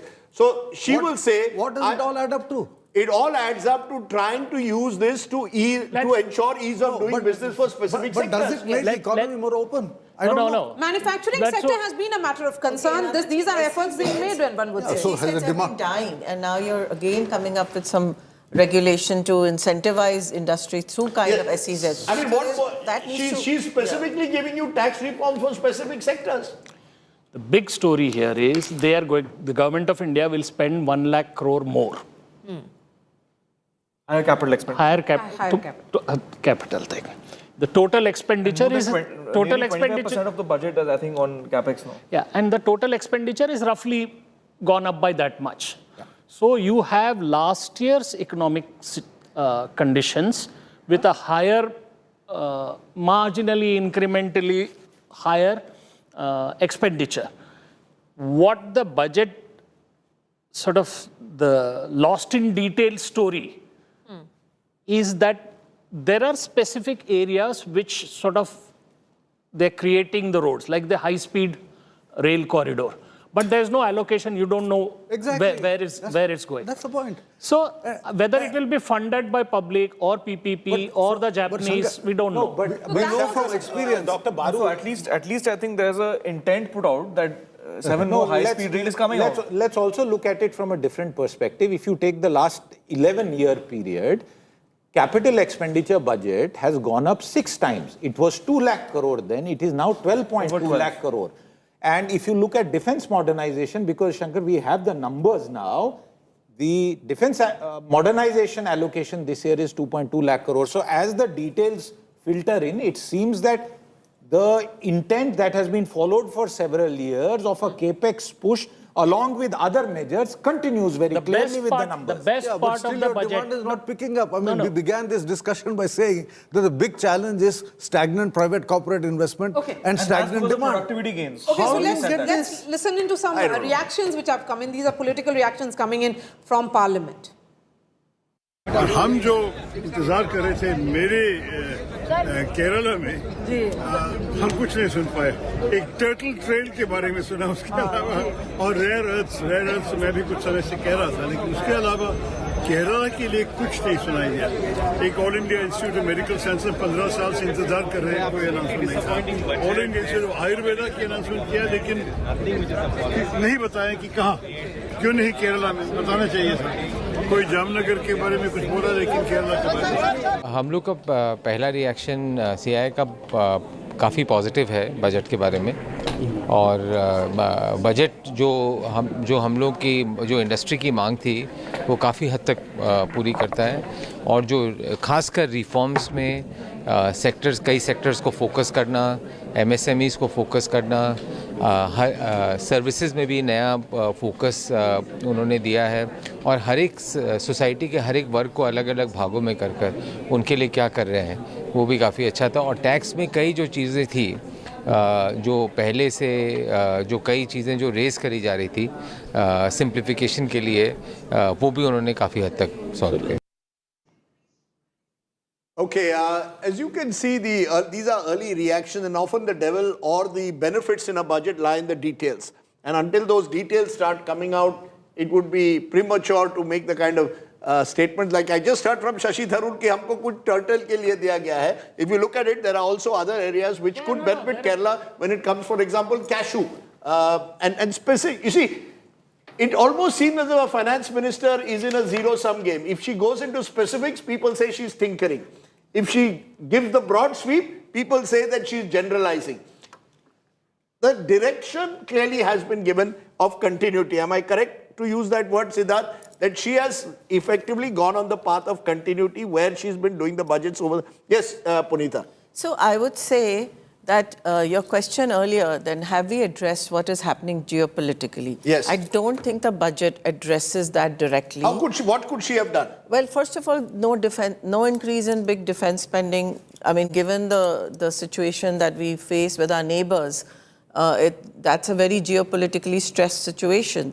So we've not addressed that. But what we have addressed through multiple different ways is strengthening the domestic supply chains by giving some relief to lots of little MSMEs and, as I said, you know, tier 2, tier 3 cities development, etc. So it's back to like being more insular and focusing more on the domestic economy rather than focusing on the global economy. There's very little here that will help us Rajdeep, in terms of the politics of budget, we often focus on that. Last year, there were some announcements that were made keeping in mind particularly the alliance partners for Andhra Pradesh and also for Bihar. Bihar was poll-bound. Now, we haven't seen any such big announcement with regards to Tamil Nadu or Bengal. These are the two states where the BJP is very keen on expanding its footprint. So, the politics of the budget is something that we'll have to wait and see. No, there were a few. Not specifics. For Kerala, if yes. you could see, there was an attempt being made to reach out to specific No, it was there. The colors were all there. Kerala had stuff. Tamil Nadu had stuff.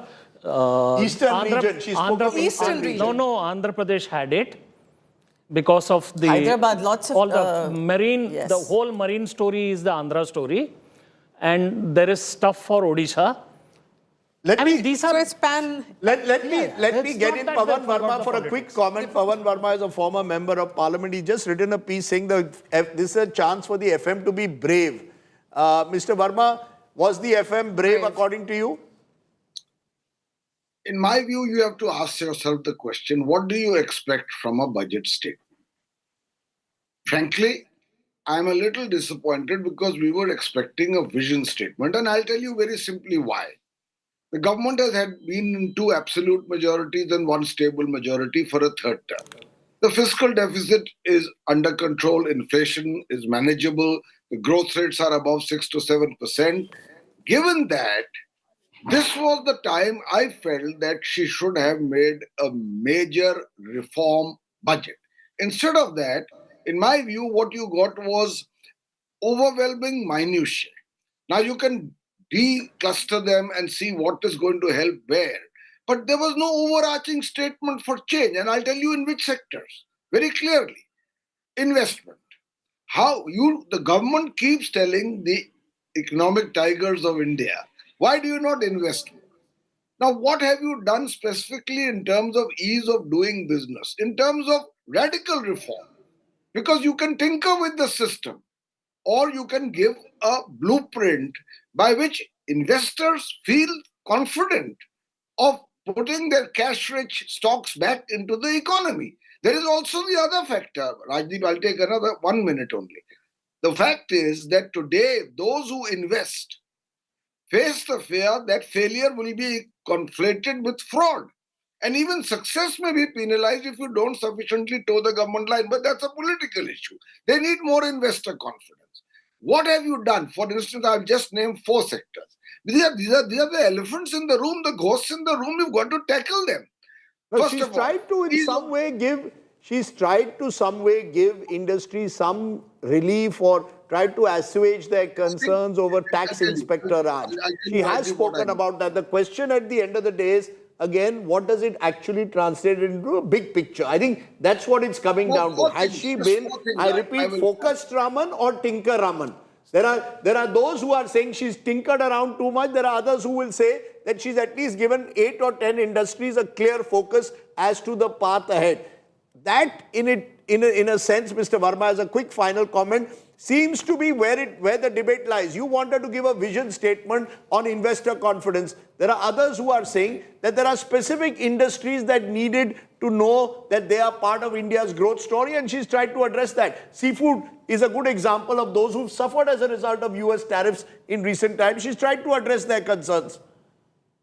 Okay, I'll just name 4 sectors where I was expecting, I have great respect for Nirmala ji, that she would come out with decisive economic steps akin to the 1991 budget, because we are placed at the same situation.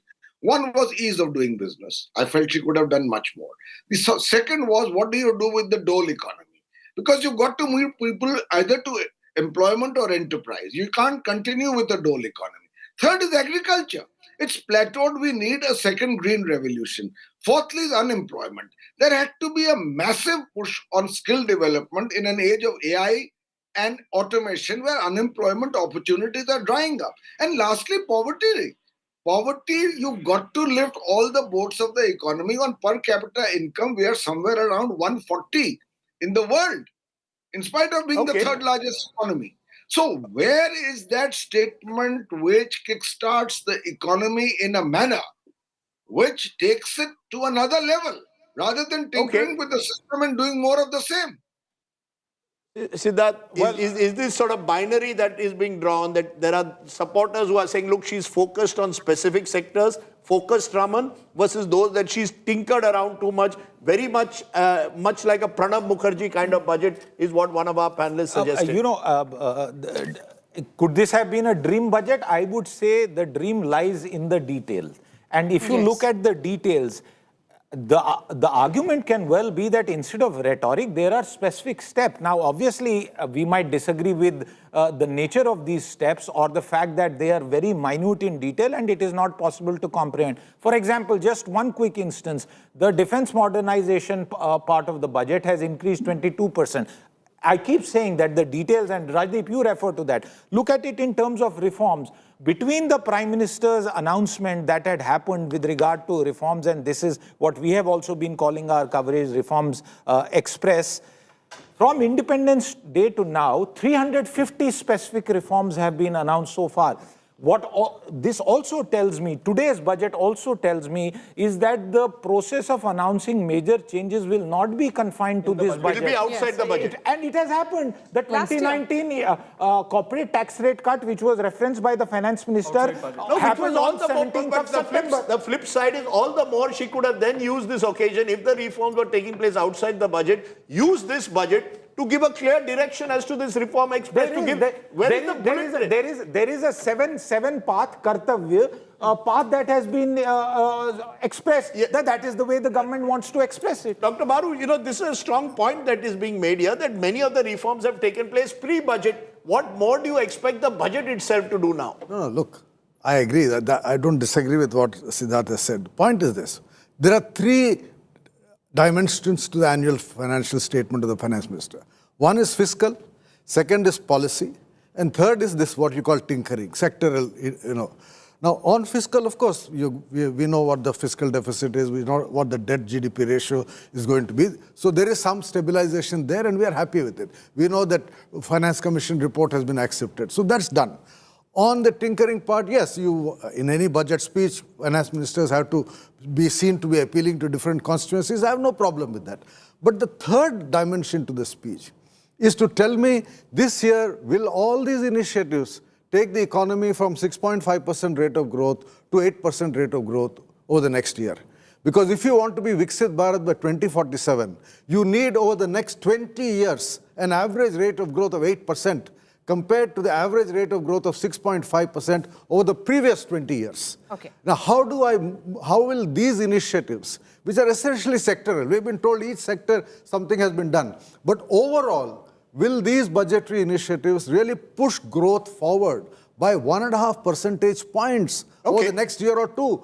That is a kind of big picture thing a finance minister is expected to say in an annual statement to the parliament. Dr. Baru, quickly. If you are traveling overseas, the TCS has been reduced. Earlier it was 5 and 20%. It is down to 2%. Very good rationalization of a measure that had been taken earlier. So yes, the devil lies in these details. Himanshu Bed, co-chair of FICCI Medical Devices Committee, is joining us. Himanshu, how are you looking at the overall allocation or the message that is coming in for the health sector?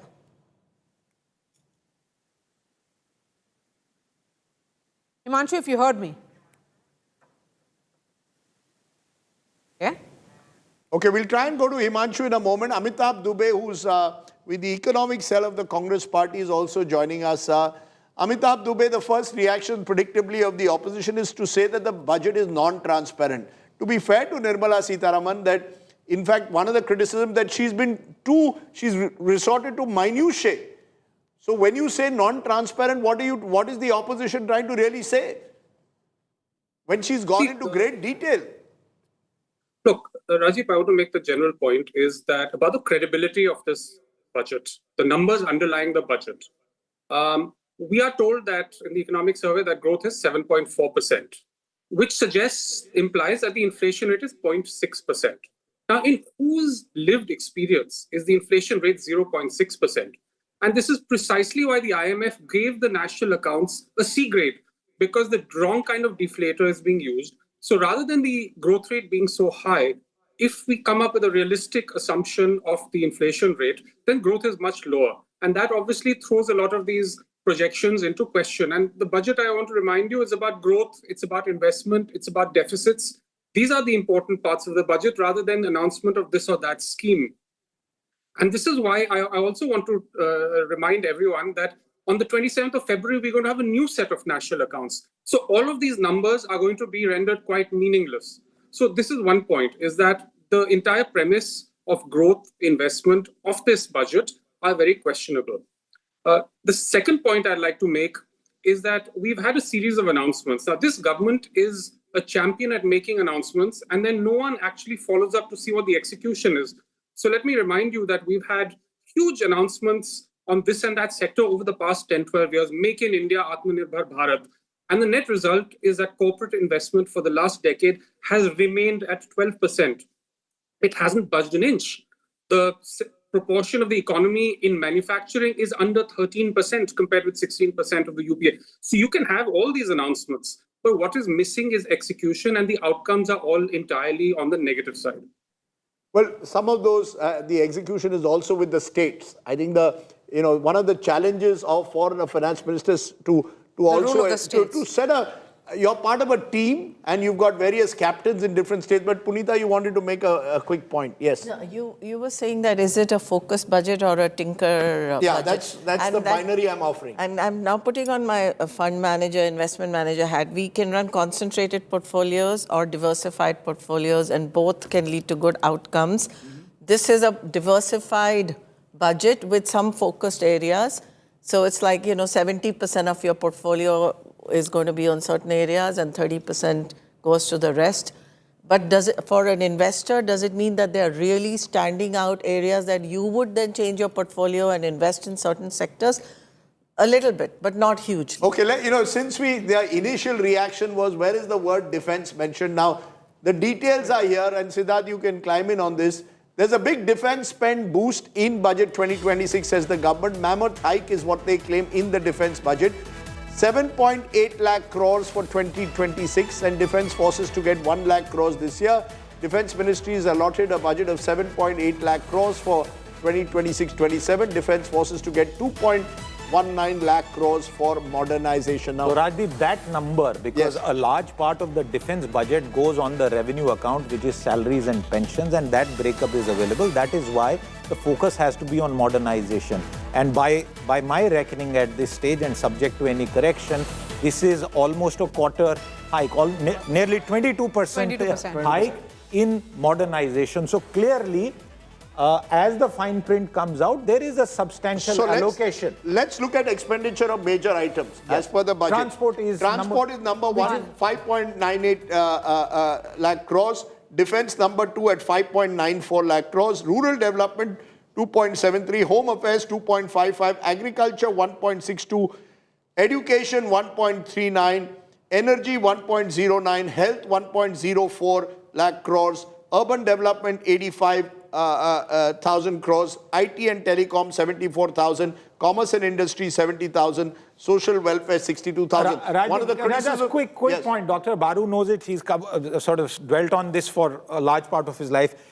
Most of our expenditure is already baked in. No government, even if they had all seats in parliament, can suddenly switch gear and say, I will completely stop doing things. You could call it a gravy train, but the Sarkar, the state in India, has massive gravy trains. Transport, defense, others, these are all essential for the realm. But the fact is that the flexibility available to a finance minister to suddenly move around stuff by even 5 percentage points is close to impossible. But I hear those who said that a couple of years from now it'll get even more, it'll become even more difficult when the next pay commission's numbers kick in. So therefore, this was an opportunity in a way. I'm asking you, this was an opportunity in a way for greater rationalization to identify the focused areas more clearly. Has the government done that? Well, or have they, as Punita said, tried to diversify too much? There is a lot that a budget of the size of India has to address. There are allocations, and then there are choices that you are making in terms of a policy choice. Should I push A or should I push B? If I have put 40,000 crore in electronic component manufacturing, what will the result be? The result is that we are seeing more and more phones. Now you may say, is it 100% manufactured or 70% assembled in India? Stuff is happening. These are policy choices they have made. We can argue, but at least the voter consistently rewards these policy choices. Let's step away from when we discuss economic policy, I'd much rather that we don't sort of align it to who's winning the election and all. That's a whole separate ball game. No, are you saying, Shankar, that these things don't have an impact on voter choices? As we saw in Bihar, in the end, it was a 10,000 rupee scheme that you had to give to more than 1.5 crore women, which made the difference. I mean, I think there should be a direction, for example, whether in the budget or any. What is our stand on the dole economy? If you want to call it dole, but go ahead. Let me flip that. If we are growing at 8.2%, And again. Why are we feeding 81 crore people? We are not Free. growing at 8.2%. No, 8.2. First half was 8.2 or whatever. No, total 7.4%. Whatever. We are fastest growing. We have the largest rural employment scheme, largest health scheme, largest food security program, largest Narega. So there is... And the largest population. No. Scale is... Both cannot be at the same time. Na? We take it as an advantage, scale. So we are saying that this is why this is happening. And, so why I always put a stop to this vote thing is that none of the past few elections would have resulted in the results that came out if the doles had been removed. Okay, all this Ladli Bahan, Ladki Bahan, whatever, with just on cash transfer to women is 3 lakh crores. So I would, to use Punita's analogy, I would say this is a capital protection budget, is because the fiscal deficit and all that is covered. What is they have done? They had 4 lakh crores is the total rise in expenditure, out of which 1 lakh crore has gone to infrastructure, 2 lakh crores has gone to defense, and they have worked it around. What is the story that they are trying to tell is that we have created enablers in the economy. Now that might get lost in the minutiae and all. But we should not give this, Rajdeep, I mean, you said that much of the reforms is the states. They are not half tickets on the system, no? They are full tickets. And 15 of the states, the BJP is ruling. So when we look at these defense numbers in particular, because we are flashing those details on our television screens, the total Ministry of Defense allocation has gone up. This is 9.53% increase over 2024-25 and about 13.45% of the total union budget, which is the highest among all the ministries. But this is not just about modernization. Of course, as you said, it's pensions as well, but domestic procurement push is also there. No, this is good idea because we have done a lot of the import substitution. That's right. But what we are all trying to wrestle with is when we started this morning, we said, okay, how do we address the cloud of uncertainty that the geopolitics has done? How do we address the rupee-dollar situation? And how do we address the investments? Now, you would have expected that the budget speech at some point would have a paragraph, 2 paragraphs, 1 line, 1 slogan to say this is what we are doing and then align the pieces. This is a budget that has landed between hope and hype. See, two numbers. That's an interesting one. 2 numbers between hope and hype. Yes. First number, the total increase in expenditure, total expenditure of the government of India is 7%. Yes. This year or last year, nominal. 7%. Yeah. Okay. So let's not get carried away by this. Second, as far as capital expenditure is concerned, it remains at 3.1% of GDP, revised estimates last year and budget estimates this year. There's no change. So, the big numbers, there is a certain status quo as far as the big numbers are concerned. On defense, you increased spending, fine. As I told you, after every conflict, there is increased spending. But the issue today that defense companies are waiting to hear from the government is what is your equipment purchase plan, procurement strategy. What will you buy over the next 5 years? Because I will not produce it if you will not give me a guarantee of buying, because you are the only customer. And a budget speech like this that increases defense expenditure by 13%, which is what you have calculated, I have not done the calculation, should at least have said that the government of India is going to have a 5-year plan or a 3-year plan for defense procurement, so that companies know that over the next 3 years, this is what they're going to be buying, and then they make the production plans, which is not in place. That has to be put in place. One more point. But that I think is anyway announced separately. It doesn't have to be part of a budget speech as to what the government is doing. Am I right? One of our takeaways is it vaccinates India against Trump tariffs. Does it really do that? Yes, I think it does. It does. How? Because we are focusing on, look, we can't do anything about the tariffs right now. The negotiations are still we've hit a stalemate there. But right now we can do is focus on what our domestic economy can be stimulated. And that's what she's done by allocating a lot of resources to lots of different initiatives domestically and also bringing data centers to India and, allowing foreign companies to then work with domestic companies. So that's a good initiative. The thing that we aren't discussing is that, you know, while the 7.2% GDP number, real GDP number is good, our nominal GDP and the company's earnings, which foreign investors have been seeing for years, they feel India's nominal GDP is not good and the earnings growth isn't good. Now, this budget isn't going to address that. It's not going to address, it's not a growth-oriented budget. It's a long-term, you know, little by little build the foundations across many, many different areas. So it won't really bring FIIs back in a big rush. And then we've been one of the worst performing markets this year to date. And now we've got this STT. So it isn't going to really, I mean, even though it's marginal, it's not what investors were expecting. No, the dollar returns on this economy is poor. Because the rupee has tanked last year, and this doesn't look like it's recovering. So if you go through, take the prism of the dollar returns, it will be different. Rajdeep, on the point of defense acquisition, now we know that there is a Defense Acquisition Council. What can a budget do, frankly? It is also a question of our decades-long manufacturing incapacity in defense that is only now being addressed. There is an incapacity in faster approvals because of the overhang of past decisions. Also, although that has changed, this government has devolved powers with regard to the level of acquisitions that can be done. The third bit is there is an essential dichotomy between what our armed forces want. They are dealing with very cunning, very, very devious adversaries on both fronts, and they want top-of-line equipment. Our own manufacturing capacity sometimes, and this is the most recent comment about the delays in delivery of our indigenous fighter jets.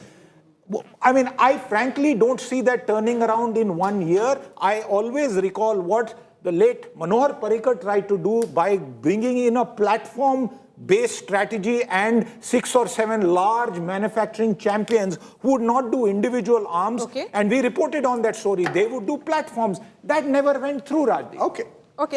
Chairman of the 15th Finance Commission, that is Dr. N.K. Singh, is joining us live. Mr. Singh, thank you for speaking to us. Your first big takeaway of this budget. Okay, N.K. Singh will join us shortly. Remember, the 16th Finance Commission report headed by Arvind Panagriya comes out later this month, and that will be looked at very closely, particularly in the context of states. Already done today. Already done today is what, are the details out? Yes, yes. In fact, can you tell us more? So see, the 16th Finance Commission report, Rajdeep, continues with 41% allocation, devolution rather, for states. For states as the previous 5 years. So what does that broadly mean? Number one, it does not cut back any state at the gross level. Number two, if you look at the choice that is being made, at 41%, the Finance Commission and the government saying that we have accepted it. In fact, that was the one-line item that the Finance Minister spoke about before she began her speech. Yes, it clearly means that as far as the resource availability to states is concerned, that continues down a path that has been followed for years. So, Rajdeep, very quickly, I think we should look at this budget as a defense at the ramparts. They are not going out to capture new territory, but they are making sure that whatever is existing, not even a square inch is ceded. Okay, N.K. Singh, as Maria just said, joins us. Someone who's tracked several budgets, was part of Manmohan Singh's team as one time and has also been part of Prime Minister Modi's economic think tank. Appreciate you joining us there. Also part of Chidambaram's dream budget. That's right. Yes. So he's crisscrossed. That's why I said from Manmohan Singh to Narendra Modi via Chidambaram is the way we'll put it. But Mr. N.K. Singh, your first reactions to this budget. There are those who believe that Nirmala Sitharaman has gone too much into micro-detailing and tinkering. There are others who are saying it's very focused and provides us some kind of a insulation in a Trump-driven world. So I would say I have 3 comments, Rajdeep, and thank you for allowing me to share these views in this prestigious channel being anchored by you, which I have had the privilege of being part of much earlier for many, many years. I have 3 broad comments to make. First, I would say that the finance minister has been credible, she has been sagacious, and she has been responsible. Why?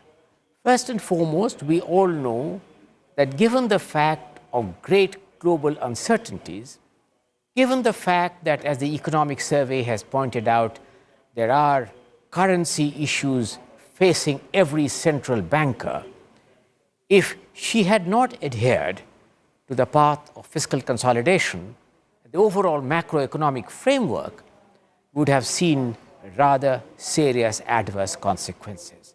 Notwithstanding expenditure pressures, I was listening to the debate on defense and in other areas, she has continued with a very high focus on infrastructure investment of now reaching over 11 lakh crores. She has continued with this in tandem with the fiscal consolidation roadmap. This year, not only will she get to 4.4, but next year the audacious one of 4.3. Debt has gone down this year, well on track to achieve the 50% debt to GDP by the terminal date of 2031. So in that sense, the overall is very, very responsible and very credible. My third important point is that yes, there has been, and I would say very legitimately so, the sectoral kinds of issues which must occupy the center space, because she's riding on the back of what is being called the Reform Express, which India has seen in 2025.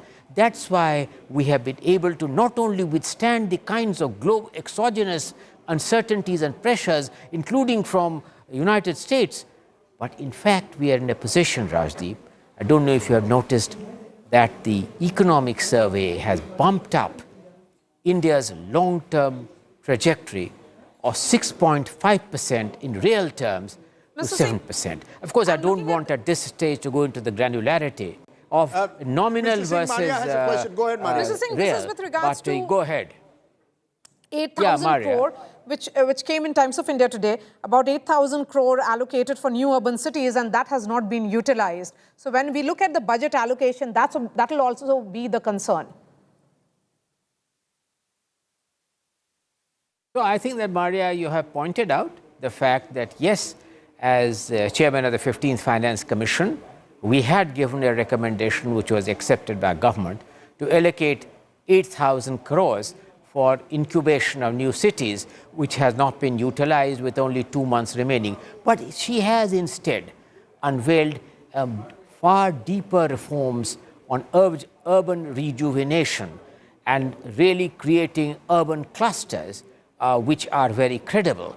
And I think that whereas this could have been done in addition to that 8,000 crore, be that as it may, as we look forward, the renewed emphasis on rejuvenating and creating new urban clusters, not only urban clusters as a growth multiplier, but urban clusters in terms of its large contribution to GDP and, dare say, to employment. You know, the challenge with urban clusters, urban governance, and we mentioned that this was one of the major challenges India faces going ahead. The question is whether those smart city, we've seen the smart city project among those projects which has had mixed results. The smart city project was a smart idea and a dumb policy. For 10 years, they just did incremental stuff. Last year budget, they had 1 lakh crore for urban challenges. We don't know what's the fate of that idea because it's not been devolved. There is also 1 lakh crore for research and development, which finally they are now got it into a portal and the disbursal might happen. The question about urban governance is that you can't do it top down. It has to be done from the state. There has to be devolution. The 74th Amendment has been buried deep into the ground. Federalism should not end in state capitals. Okay, let me bring in Himanshu Baid, co-chair FICCI Medical Services Devices Committee, Managing Director Poly Medicure, because one of the areas this budget did focus is medical tourism, pharma. The fact is that there has been a genuine attempt, particularly with medical tourism, to give it boosts with various benefits being provided. Your first reactions to that? do you believe specific sectors will benefit more than necessarily the entire economy? These will be specific wagons that will move ahead. Thank you, Rajdeep. I think, first time we have seen some detailing on the healthcare sector, especially for future economic growth. And especially this Biopharma Shakti mission for 10,000 crore allocation, expansion of NIPERS, stronger CDSCO, especially to accelerate innovation, approvals, global competitiveness. I think all these were called out. And relief on cancer drugs, then medical value tourism hubs. First time government has given focus on MVT, which is a very big sign because I think India has a great capacity to handle foreign patients, and the way our healthcare is today growing rapidly, I think we are pretty much up there in terms of delivery.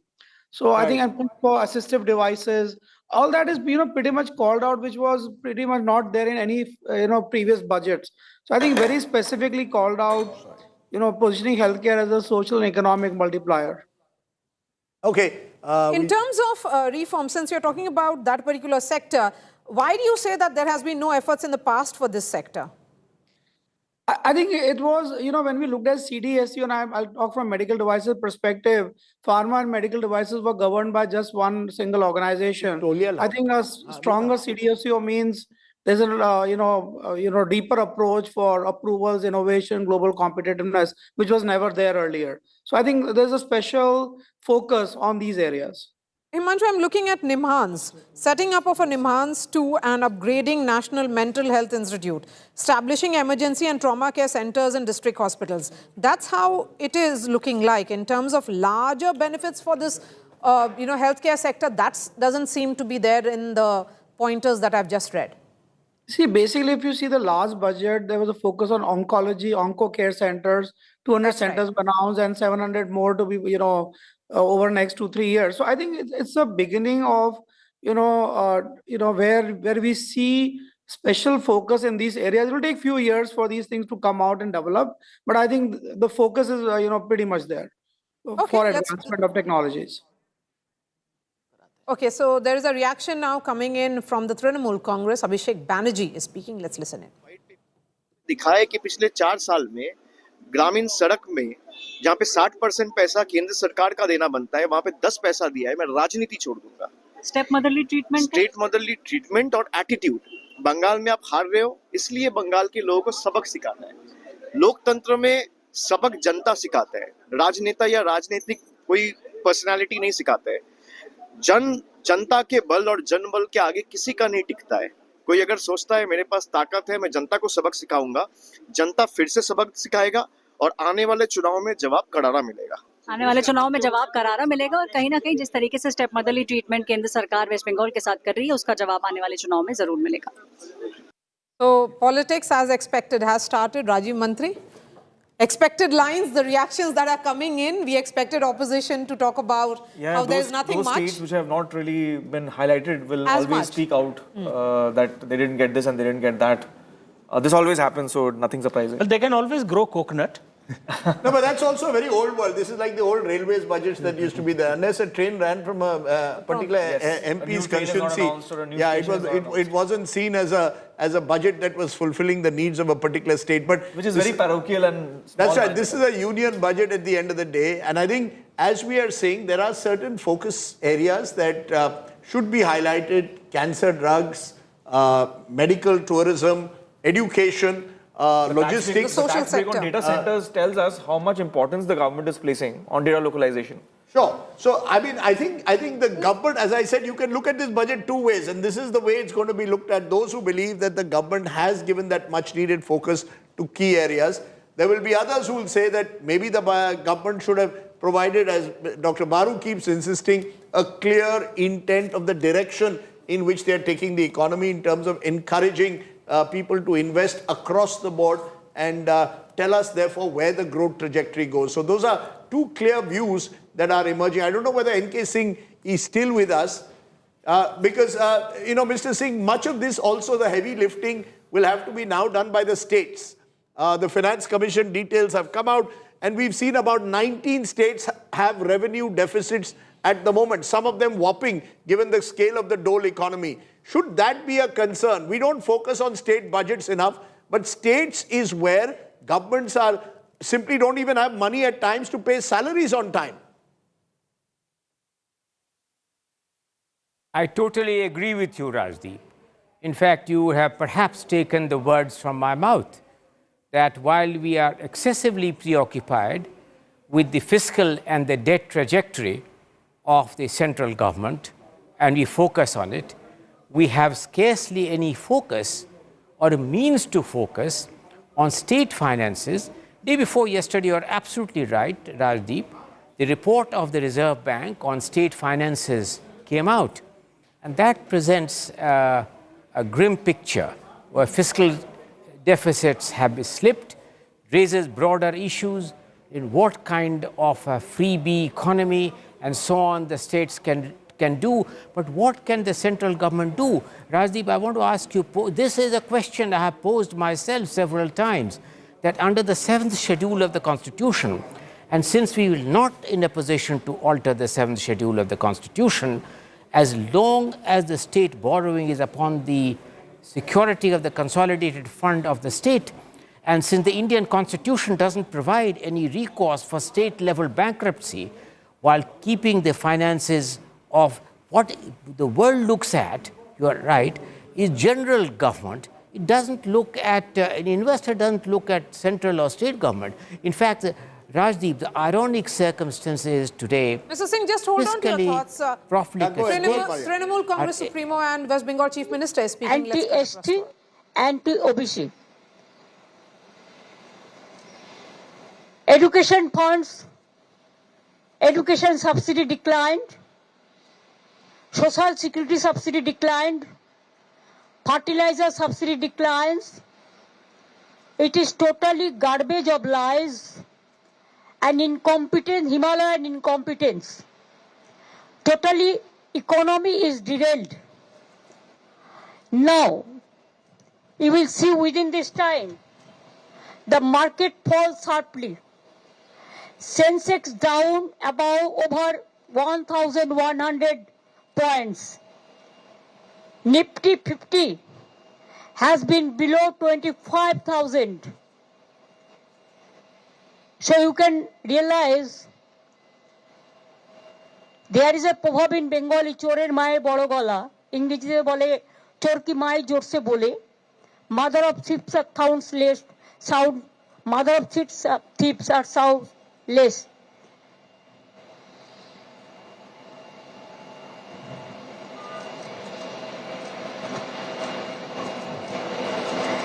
Now, for Bengal, what they have given? Nothing. Talking big. Kichu daini. You know, one of the challenges, of course, has been this notion of cooperative federalism. Mr. Modi himself has been a chief minister, and when he came to power, the Planning Commission was removed, Niti Aayog was brought in, and their belief was that this would, in a way, so was the hope, actually bring center and state closer together. As we see, even though the BJP dominates several, of course, of the states, the opposition chief ministers versus the Modi government has become a source of immense friction. And you can't, in the times in which we live, it's one thing dealing with Donald Trump outside. But when you're dealing with sort of internal tussles all the time, it makes life difficult. Opposition-ruled states insist that they are being discriminated against time and again. Rajdeep, let's take that question to Mr. Singh. Yes. Mr. Singh, if you can hear us, sir, at 41%, which is the same as the share to the states, as you had recommended, are you okay with that? Was there scope to raise it further? Is this enough? Let me put it this way to you, Rajdeep. Please go back in time and see the trajectory of this devolution. During the time of up to the time of Dr. Vijay Lakshman Kelkar, who headed the 13th Finance Commission, the devolution to the states was in the region of about 31%. This was itself an incremental increase over what Chakravarti Rangarajan had given in the 13th Finance Commission. Kelkar kept it in the region of about 30-31. Then the 14th Finance Commission under Dr. Vedugopal Reddy, for the first time, gave 42%. It was a very, very sharp escalation of 42%. And the explanation given by Dr. Reddy at that time was he expected that all these centrally sponsored schemes and central sector schemes would be very, very greatly rationalized. When it came to my commission, I made 42 into 41 because by then the state of Jammu and Kashmir had really become a union territory, and therefore it was more sensible to increase the grant component of the Home Ministry from which the state of J&K would have I'm going to gone. stop you again, sir. We just want to listen to the Minister Ashwini Vaishnav giving a government reaction. Sorry. Manufacturing पे बहुत बड़ा focus दिया गया है. Electronics manufacturing हो, semiconductor manufacturing हो, और IT services के लिए बहुत एक सिग्निफिकेंट सिंप्लीफिकेशन किया गया है. सेफ हार्बर और फास्ट ट्रैक एपीए के प्रोविजंस लाके आने वाले समय में डेटा सेंटर्स बहुत बड़ी एक ताकत बनेंगे देश की, जिससे कि दुनिया भर को नई सर्विसेज और भारत के लिए नए एम्प्लॉयमेंट और एंटरप्रेन्योरशिप के नए रास्ते खुलेंगे. तो डेटा सेंटर्स पे जो टैक्स हॉलिडे दिया, इसके लिए मैं माननीय प्रधानमंत्री जी को और माननीय वित्त मंत्री जी को धन्यवाद देना चाहूँगा. साथ ही साथ ऑरेंज इकोनॉमी जो हमारी क्रिएटर्स इकोनॉमी है, इसमें 20 लाख एम्प्लॉयमेंट नए बनाने के लिए क्रिएटर्स इकोनॉमी में आईआईसीटी मुंबई के साथ मिलकर 15,000 स्कूल और 500 कॉलेजेस में क्रिएटर्स लैब बनाने के लिए बजट में प्रोविजन किया गया है. और साथ ही साथ रेलवे के लिए 7 नए हाई स्पीड कॉरिडोर्स, चेन्नई से बेंगलुरु, चेन्नई से हैदराबाद, बेंगलुरु से हैदराबाद, मुंबई से पुणे, पुणे से हैदराबाद, दिल्ली से वाराणसी और वाराणसी से सिलीगुड़ी. एक तरीके से साउथ इंडिया में सदर्न ट्रायंगल बनेगा चेन्नई, बेंगलुरु, हैदराबाद का हाई स्पीड रेलवे का, बुलेट ट्रेन का. वैसे ही दिल्ली, वाराणसी, सिलीगुड़ी का एक नया हाई स्पीड कॉरिडोर बनेगा और साउथ वेस्ट को साउथ से जोड़ने वाला मुंबई से पुणे, पुणे से हैदराबाद का एक बहुत बड़ा मेजर कॉरिडोर बनेगा. साथ ही साथ आज बजट में एक नए डेडिकेटेड फ्रेट कॉरिडोर जो कि बंगाल में दांकुनी, वहाँ से गुजरात में सूरत, इसको जोड़ने वाला, ईस्ट को वेस्ट के साथ जोड़ने वाला नया डीएफसी भी सैंक्शन हुआ है.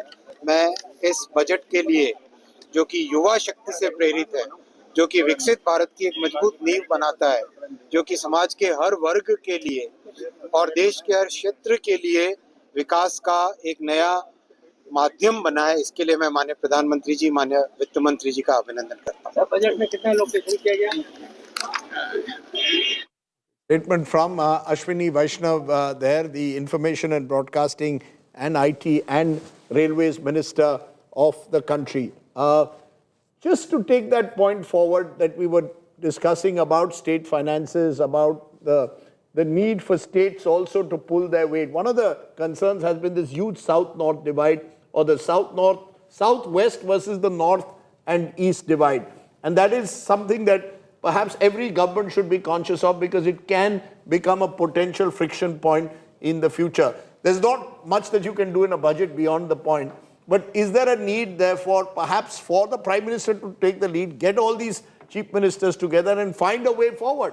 Rather than you said a top-down approach doesn't work, for example, for urban governance. No, but chief ministers who complain about these kind of inequalities or the problem with the distribution should also look at their own states. In Bihar, No, that's fair enough. Shevhar has a per capita income of 19,000. Patna has 1 lakh, and then national, and both of them are below the national average.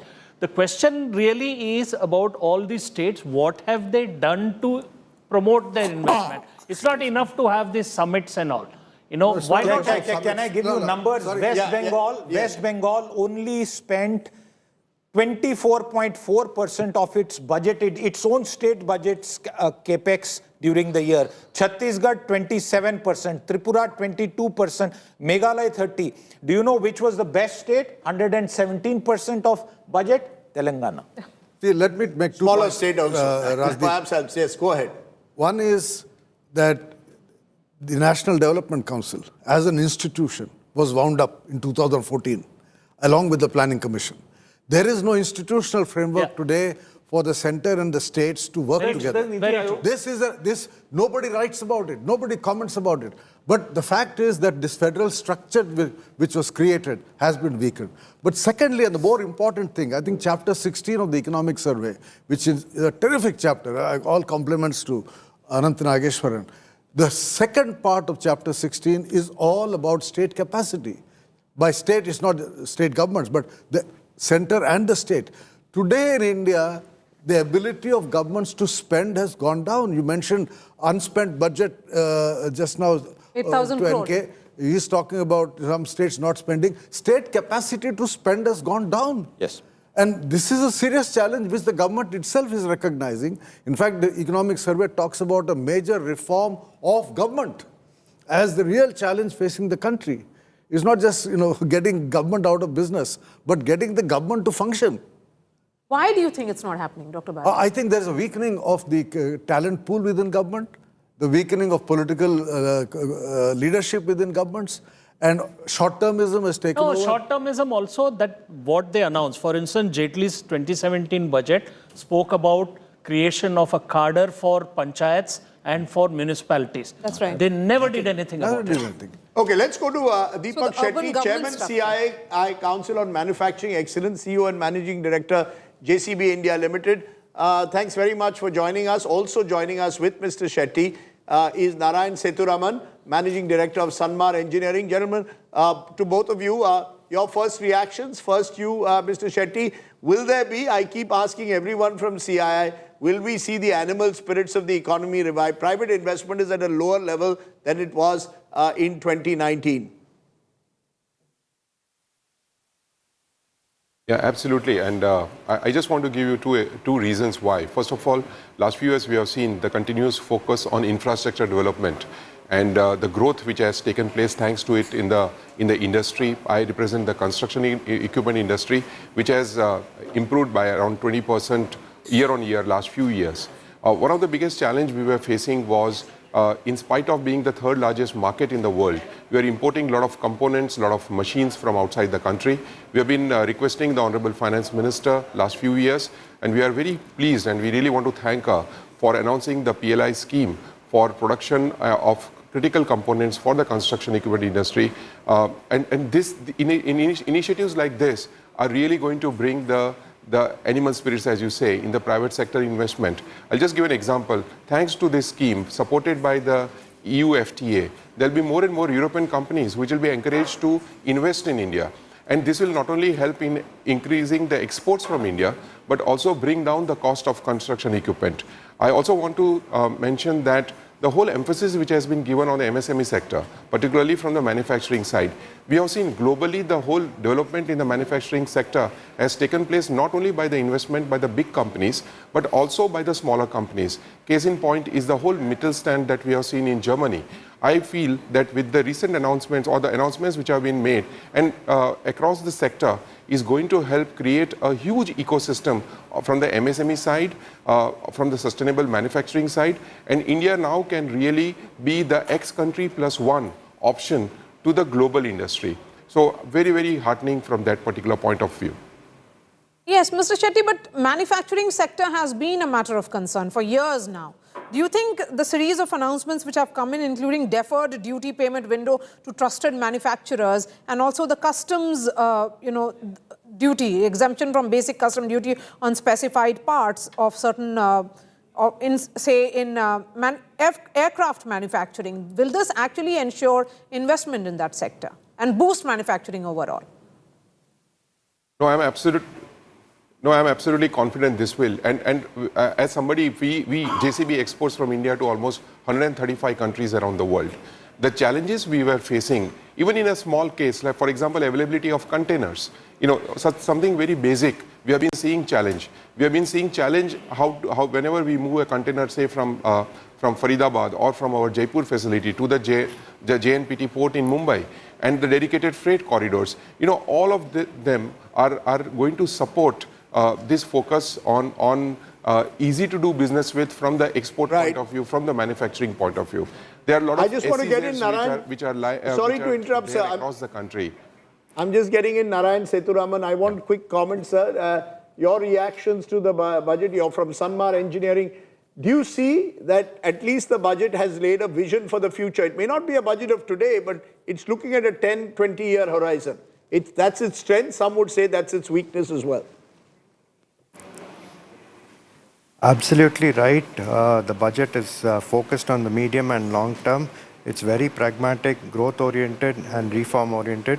From a Sanmar perspective, where in chemicals and general engineering, chemicals has been announced as one of the strategic sectors with special. What is the reform, sir? Sorry to interrupt. When you say it's reform oriented, let's be specific. What's that specific reform you've seen in this budget that encourages you?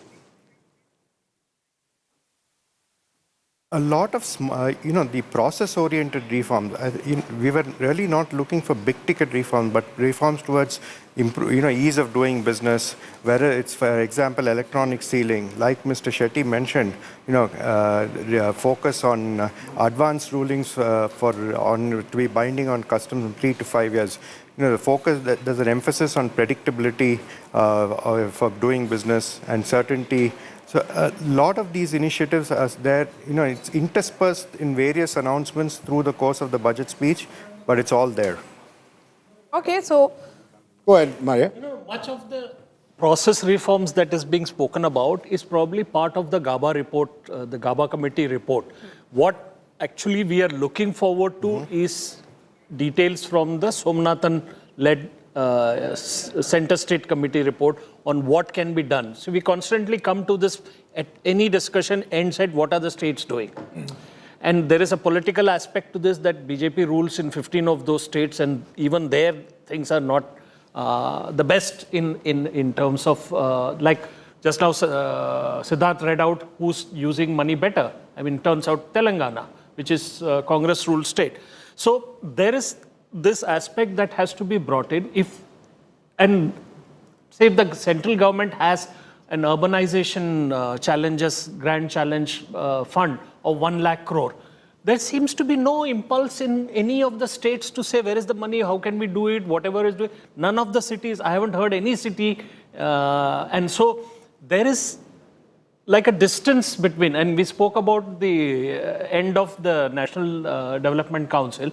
Those kind of meetings don't happen. The Niti Aayog, ifs and but, there is a sporadic effort to sort of come together. But GST Council, when you look at it, that's where centre and states sit together. No, but that's only pure revenue. What we are talking about is, what do you do with agriculture? What do you do? In sector-wise. So, I know there are so many new farmer producer corporations that have been created. So many cooperatives have been created. What is the correlation between the policy and the infra that is, the economic infra that is being created? But in this budget, she's announced a lot of measures to do development in the states, in the tier 2 and tier 3 cities. Are you saying that those also won't happen because the government structure isn't there? My worry is that the capacity of the states to execute a grand idea from the center is very limited. And India's government, and Dr. Baru and we have discussed this before, in India, the governments too many people are doing things that are not needed, and too few people are doing things that are needed.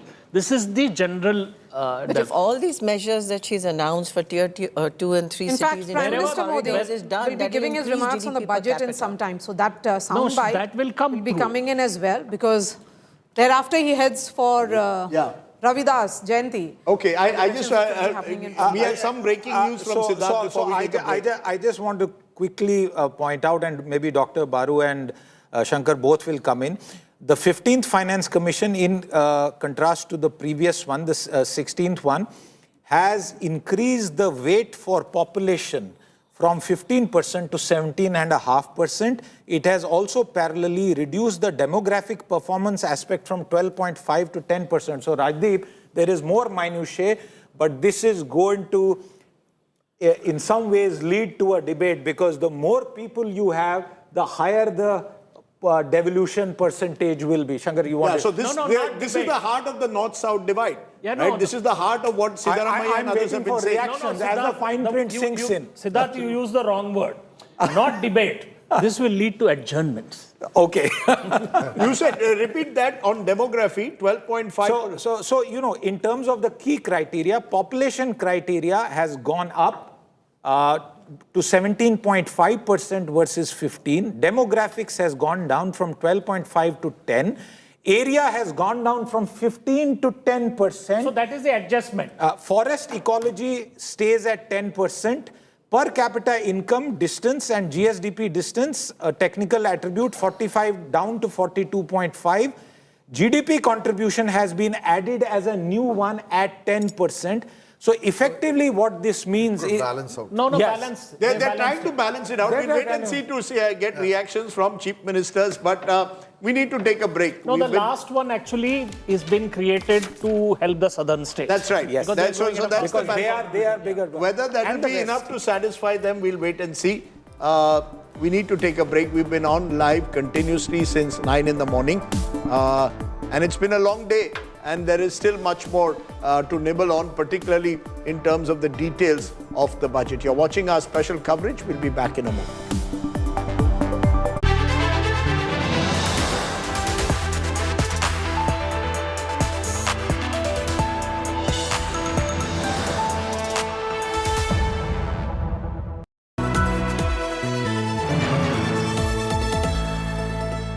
Make a bold move. Unleash your inner roar. You know you want more. The new Elevate ADV Bold Move.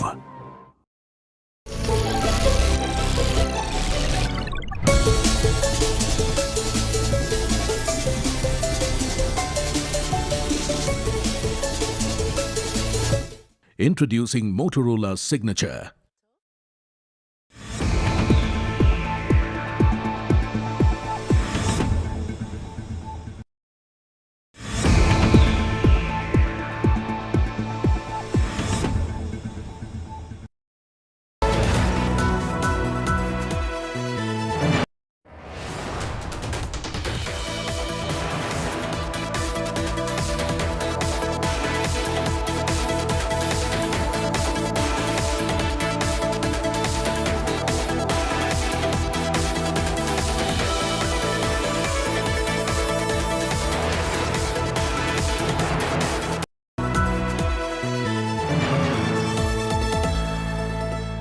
Make a bold move.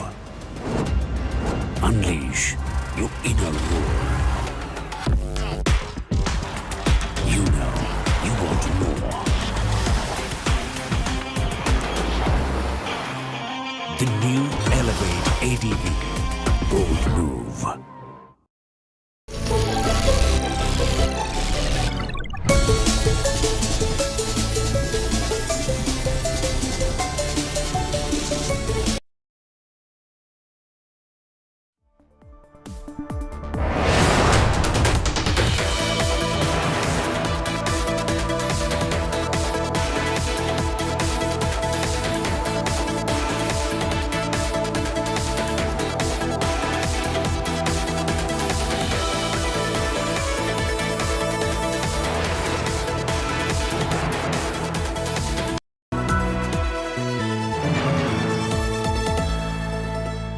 Make a bold move.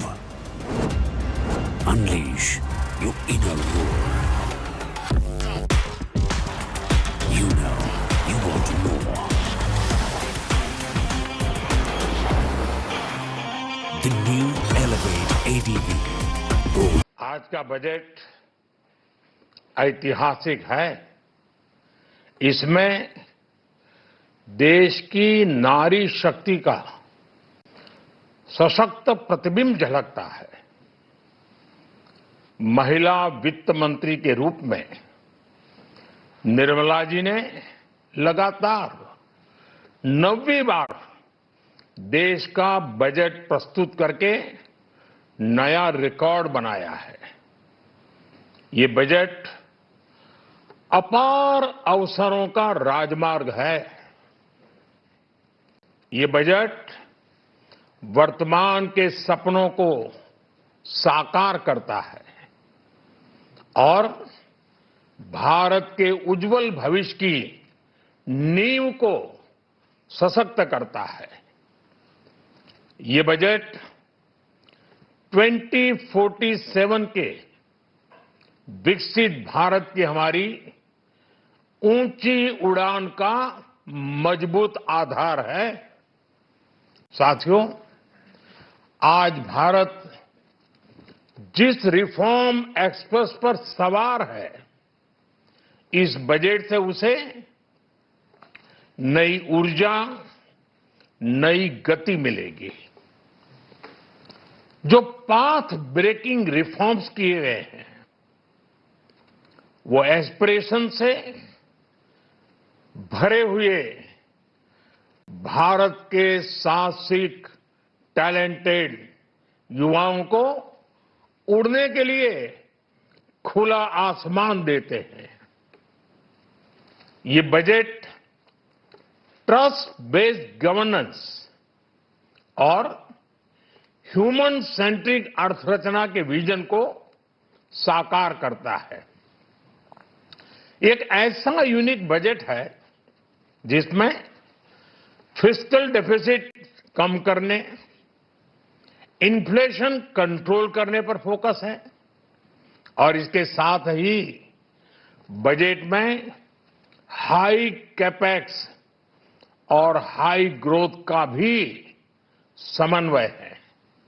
साथियों, ये budget Bharat की वैश्विक भूमिका को नए सिरे से सशक्त करता है। भारत के 140 करोड़ नागरिक फास्टेस्ट ग्रोइंग इकोनॉमी बनकर ही संतुष्ट नहीं है। हम जल्द से जल्द दुनिया की तीसरी सबसे बड़ी अर्थव्यवस्था बनना चाहते हैं। ये करोड़ों देशवासियों का संकल्प है। दुनिया के एक ट्रस्टेड डेमोक्रेटिक पार्टनर और ट्रस्टेड क्वालिटी सप्लायर के रूप में भारत की भूमिका लगातार बढ़ रही है। हाल में जो बड़ी बड़ी ट्रेड डील्स भारत ने की है, मदर ऑफ ऑल डील्स, उसका मैक्सिमम बेनिफिट भारत के युवाओं को मिले, भारत के लघु और मध्यम उद्योग वालों को मिले। इस दिशा में बजट में बड़े बड़े कदम उठाए गए हैं। साथियों, इस बजट में मेक इन इंडिया और आत्मनिर्भर भारत अभियान को नई रफ्तार के लिए महत्वाकांक्षी रोड मैप प्रस्तुत किया गया है।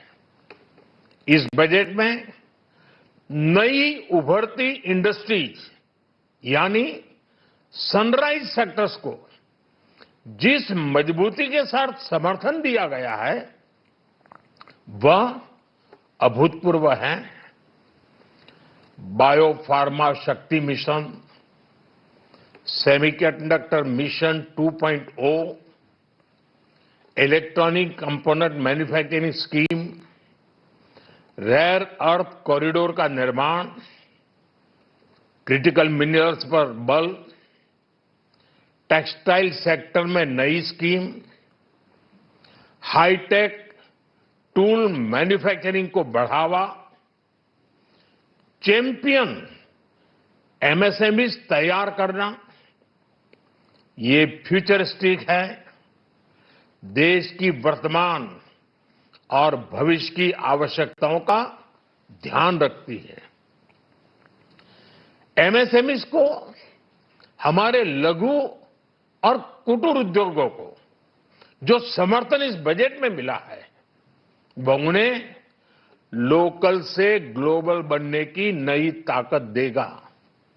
साथियों, बजट में इंफ्रास्ट्रक्चर को मजबूत करने के लिए कई बड़े कदम उठाए गए हैं। डेडिकेटेड फ्रेट कॉरिडोर, देश भर में वाटरवेज का विस्तार, high speed rail corridor, tier 2 और टियर 3 शहरों के विकास पर विशेष ध्यान और शहरों को मजबूत आर्थिक आधार देने के लिए म्युनिसिपल बॉन्ड्स को बढ़ावा।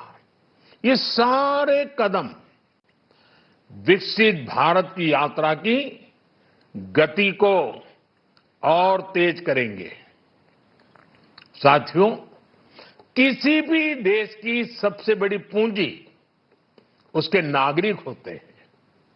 बीते वर्षों में हमारी सरकार ने देश के नागरिकों के सामर्थ्य को बढ़ाने पर अभूतपूर्व निवेश किया है। हमारा प्रयास स्किल, स्केल और सस्टेनेबिलिटी को निरंतर बल देने का रहा है।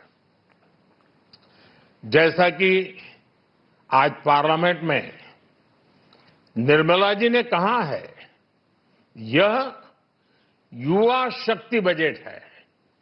उसमें युवा की सोच भी है, युवा के सपने भी हैं, युवा का संकल्प भी है और साथ साथ युवा की गति भी है।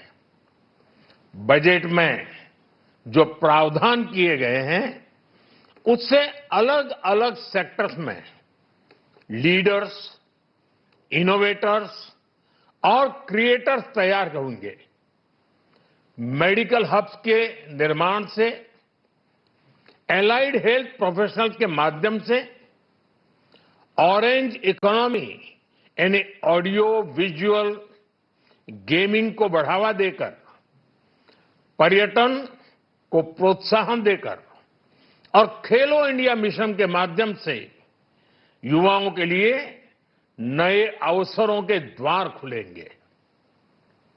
भारत को दुनिया का डेटा सेंटर हब बनाने के लिए टैक्स में बड़ी छूट की घोषणा भी की गई है। मैं भारत के युवाओं को विशेष तौर पर इस बजट की बहुत बहुत बधाई देता हूं, क्योंकि इससे एम्प्लॉयमेंट जनरेशन को बड़ा बूस्ट मिलेगा। मुझे बहुत खुशी है कि इस बजट में टूरिज्म और विशेषकर नॉर्थ ईस्ट में टूरिज्म को बढ़ावा देने के लिए भी ठोस कदम उठाए गए हैं। भारत के अलग अलग राज्यों को ताकतवर बनाकर संतुलित विकास की नींव भी इस बजट में मजबूत की गई है। साथियों, हमारे देश में 10 करोड़ से ज्यादा महिलाएं सेल्फ हेल्प ग्रुप से जुड़ी हैं और बड़ा सफल अभियान रहा है। महिलाओं द्वारा निर्मित, महिलाओं द्वारा संचालित सेल्फ हेल्प ग्रुप्स का आधुनिक इकोसिस्टम बने, बजट में इसे प्राथमिकता दी गई है। कोशिश यही है कि हर घर लक्ष्मी जी पधारे। हर जिले में छात्राओं के लिए नए हॉस्टल बनाने का अभियान भी शिक्षा को सुलभ बनाएगा। साथियों, भारत की कृषि, डेयरी सेक्टर, फिशरीज, इन्हें हमारी सरकार ने हमेशा सर्वोच्च प्राथमिकता दी है। इस बजट में भी नारियल, काजू, कोको और चंदन की पैदावार से जुड़े किसानों के लिए अनेक अहम कदम उठाए गए हैं। भारत विस्तार एआई, इस टूल से किसानों को उनकी भाषा में जानकारी मिलने से उन्हें बहुत मदद मिलेगी। फिशरीज और पशुपालन में उद्यमिता, उसको बढ़ावा देने से गांव में ही रोजगार और स्वरोजगार के और ज्यादा अवसर बनेंगे। साथियों, ये बजट एम्बिशियस भी है और ये बजट देश की एस्पिरेशन को भी एड्रेस करता है। मैं एक बार फिर निर्मला जी और उनकी पूरी टीम को इस फ्यूचरिस्टिक बजट के लिए, संवेदनशील बजट के लिए, गांव, गरीब, किसान का कल्याण करने वाले बजट के लिए बहुत बहुत बधाई देता हूं। बहुत बहुत धन्यवाद। Okay, there you have Prime Minister Narendra Modi saying that this is a budget which will take India into the future. The idea of a Atmanirbhar Bharat, a Viksit Bharat, underlines the budget's intent, and the Prime Minister expressing confidence that the budget in a way will boost the orange economy, as he calls it, and take India forward. So the Prime Minister making his intervention on the union budget, saying that it will be employment oriented, it will enhance specific sectors, for example, tourism, and that this budget therefore moves in the right direction. Coconut, sandalwood farmers, among others, to benefit. My colleague Abha Bakaya is joining us now. Abha, you track the markets very closely. I'm looking at the markets numbers now, 800 points down. The markets clearly have been completely spooked, presumably, by this higher security transaction tax. Is that alone, or is there something more to it? It's both the STT and the buyback change that's come in, with now buyback being seen as capital gains, which is not entirely negative, but the markets are primarily reacting to the STT more than the buyback, but definitely both of these came as a bit of a shock. We've recovered, Rajdeep, almost 1,000 points as the markets digest this news, but still, as you can see on your screens, trending weak, so they're not too happy. And remember, today is a Sunday, so we'll actually see the true impact of the budget play out tomorrow when it comes to money markets, when it comes to an FI reaction. I think all of that will really get processed and seen in trade tomorrow as well. Was it just the STT, or was there something more? Was there something they were expecting that didn't happen, or is it the fact that you have a higher security transaction tax alone that has led to such a big fall in the markets? So I think it's primarily the STT, even though there will always be, further measures that they would have liked to see, further ways to enhance FI participation, even though a lot has been already done, or signaled in this particular budget. But I think primarily the STT this time around on the reef. I'm curious about the buyback thing, the conversion of buyback into a taxable proposition. Punita, is there any history, Abha, you also, is there a history? Why would you sort of enter? This is really SEBI's domain. And, you introduce a tax provision saying that if you buy back, that will be treated as a capital gains. Now, I am wondering whether there has been any misuse of the provision of buyback by any company. Punita, I'll let you come in, but I think there's also a lot of concern for some of the companies where you have non-promoter holdings. And I think this makes it a lot clearer for them, where it now gets treated as a capital gains tax as opposed to everything else. So I think it helps in that case particularly. But Punita, I'd love to get your thoughts. No, I'm just going to compare this to what is happening in the US, as President Trump has also changed the taxes on buybacks, because his goal was that companies shouldn't buy back, they should reinvest into the sector and use the money for innovation. Yeah, for defense companies he did that. Yeah, and so I think what is happening here is that most of the buybacks are happening largely by IT services companies. That's the biggest chunk of our buybacks. Does this mean directionally that our IT companies, by putting this tax, you maybe are disincentivizing them for buybacks and wanting them to reinvest? And maybe they should, because right now Indian IT companies globally are being seen as laggards. And have lost the plot on innovation, is what FII view. Or the IPOs that happened last year, where a lot of the promoting entities got exits. 63 or 64% of the IPOs were all about but those are just check encashment stories.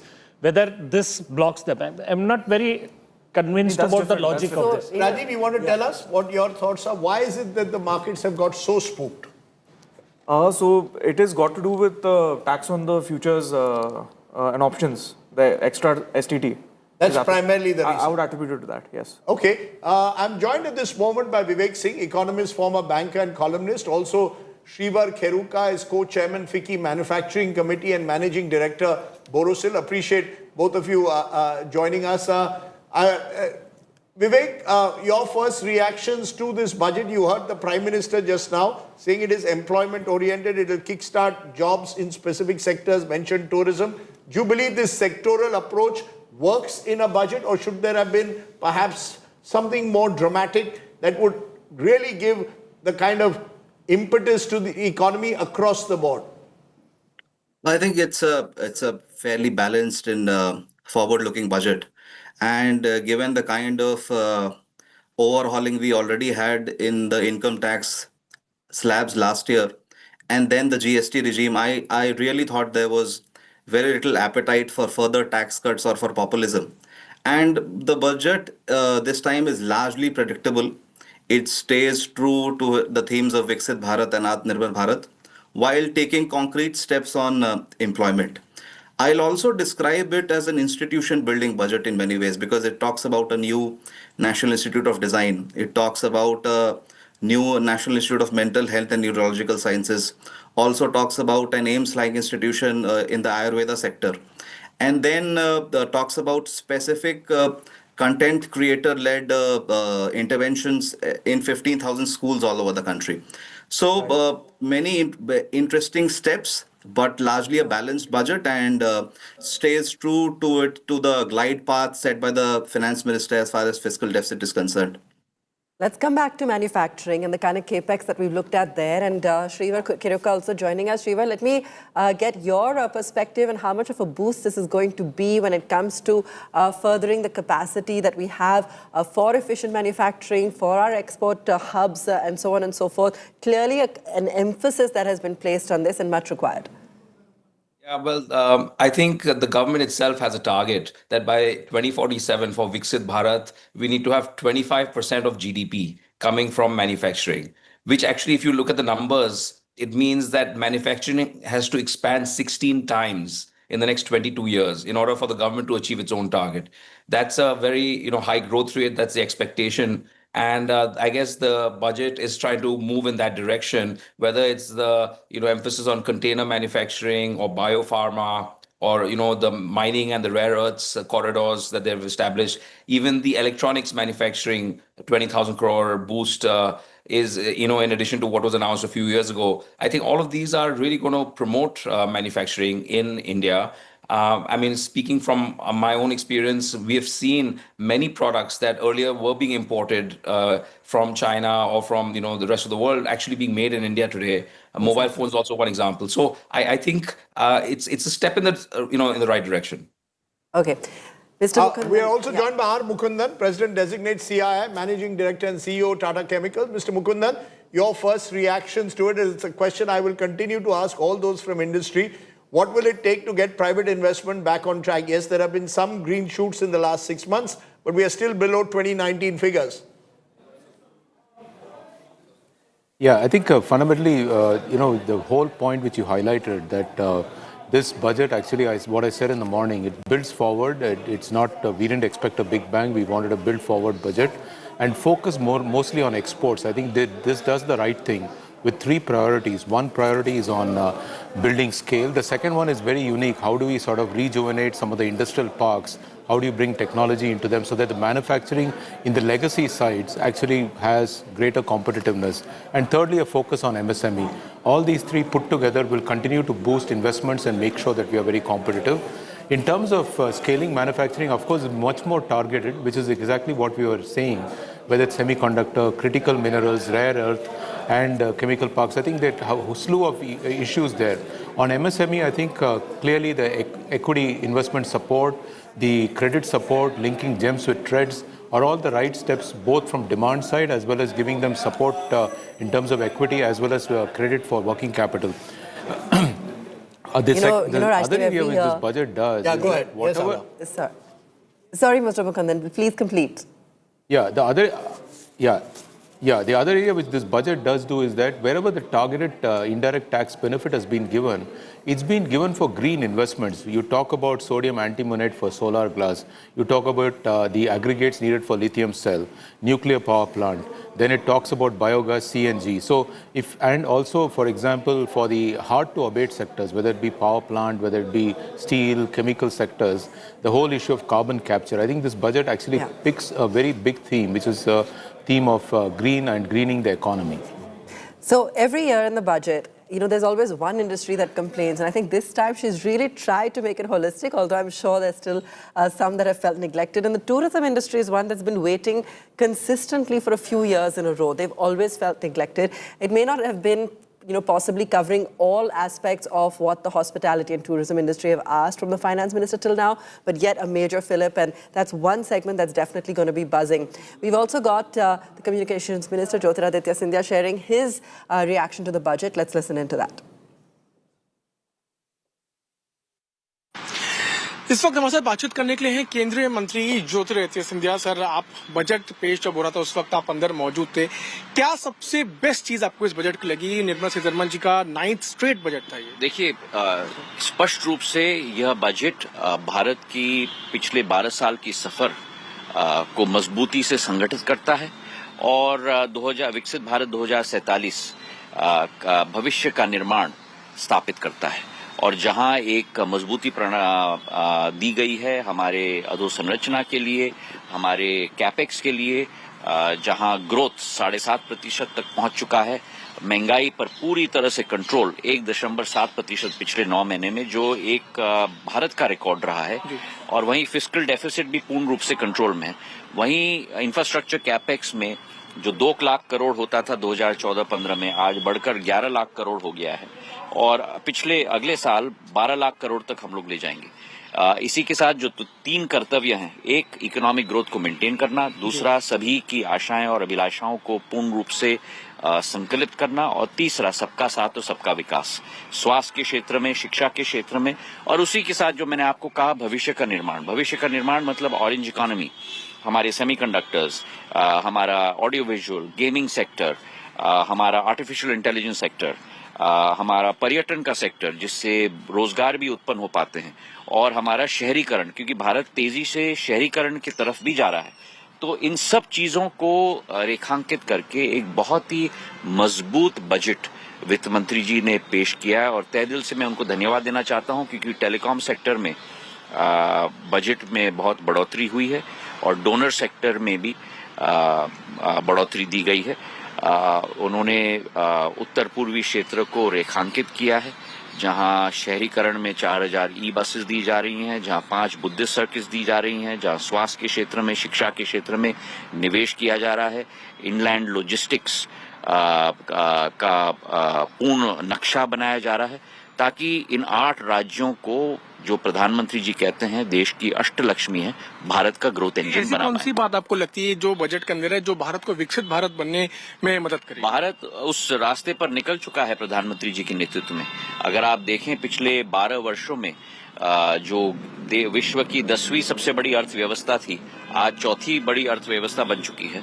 अगले साल तक 3री सबसे बड़ी अर्थव्यवस्था बन जाएगी, और प्रधानमंत्री जी और वित्त मंत्री जी भारत को भविष्य के लिए भी पोजीशन कर रहे हैं। जो भविष्य के क्षेत्र होंगे उनमें नेतृत्व भारत को करना होगा, चाहे वो एआई हो, चाहे वो सेमीकंडक्टर्स हो, चाहे वो ऑरेंज इकोनॉमी हो, चाहे वो पर्यटन हो, पूरे विश्व को भारत के प्रति हमको आकर्षित करना है। एक आखिरी प्रश्न मैं लूंगा, आप इसको भविष्य का बजट बता रहे हैं, आप इसको विकसित भारत का बजट बता रहे हैं, लेकिन कांग्रेस पार्टी विपक्ष के कई नेता वो कह रहे हैं कि इसमें कुछ भी नहीं है, 0% सन्नाटा है, कुछ भी नहीं किया। जो कांग्रेस पार्टी भारत को डेड इकोनॉमी कहती है जी, भारत पर लांछन लाने के लिए कोई अवसर छोड़ती नहीं।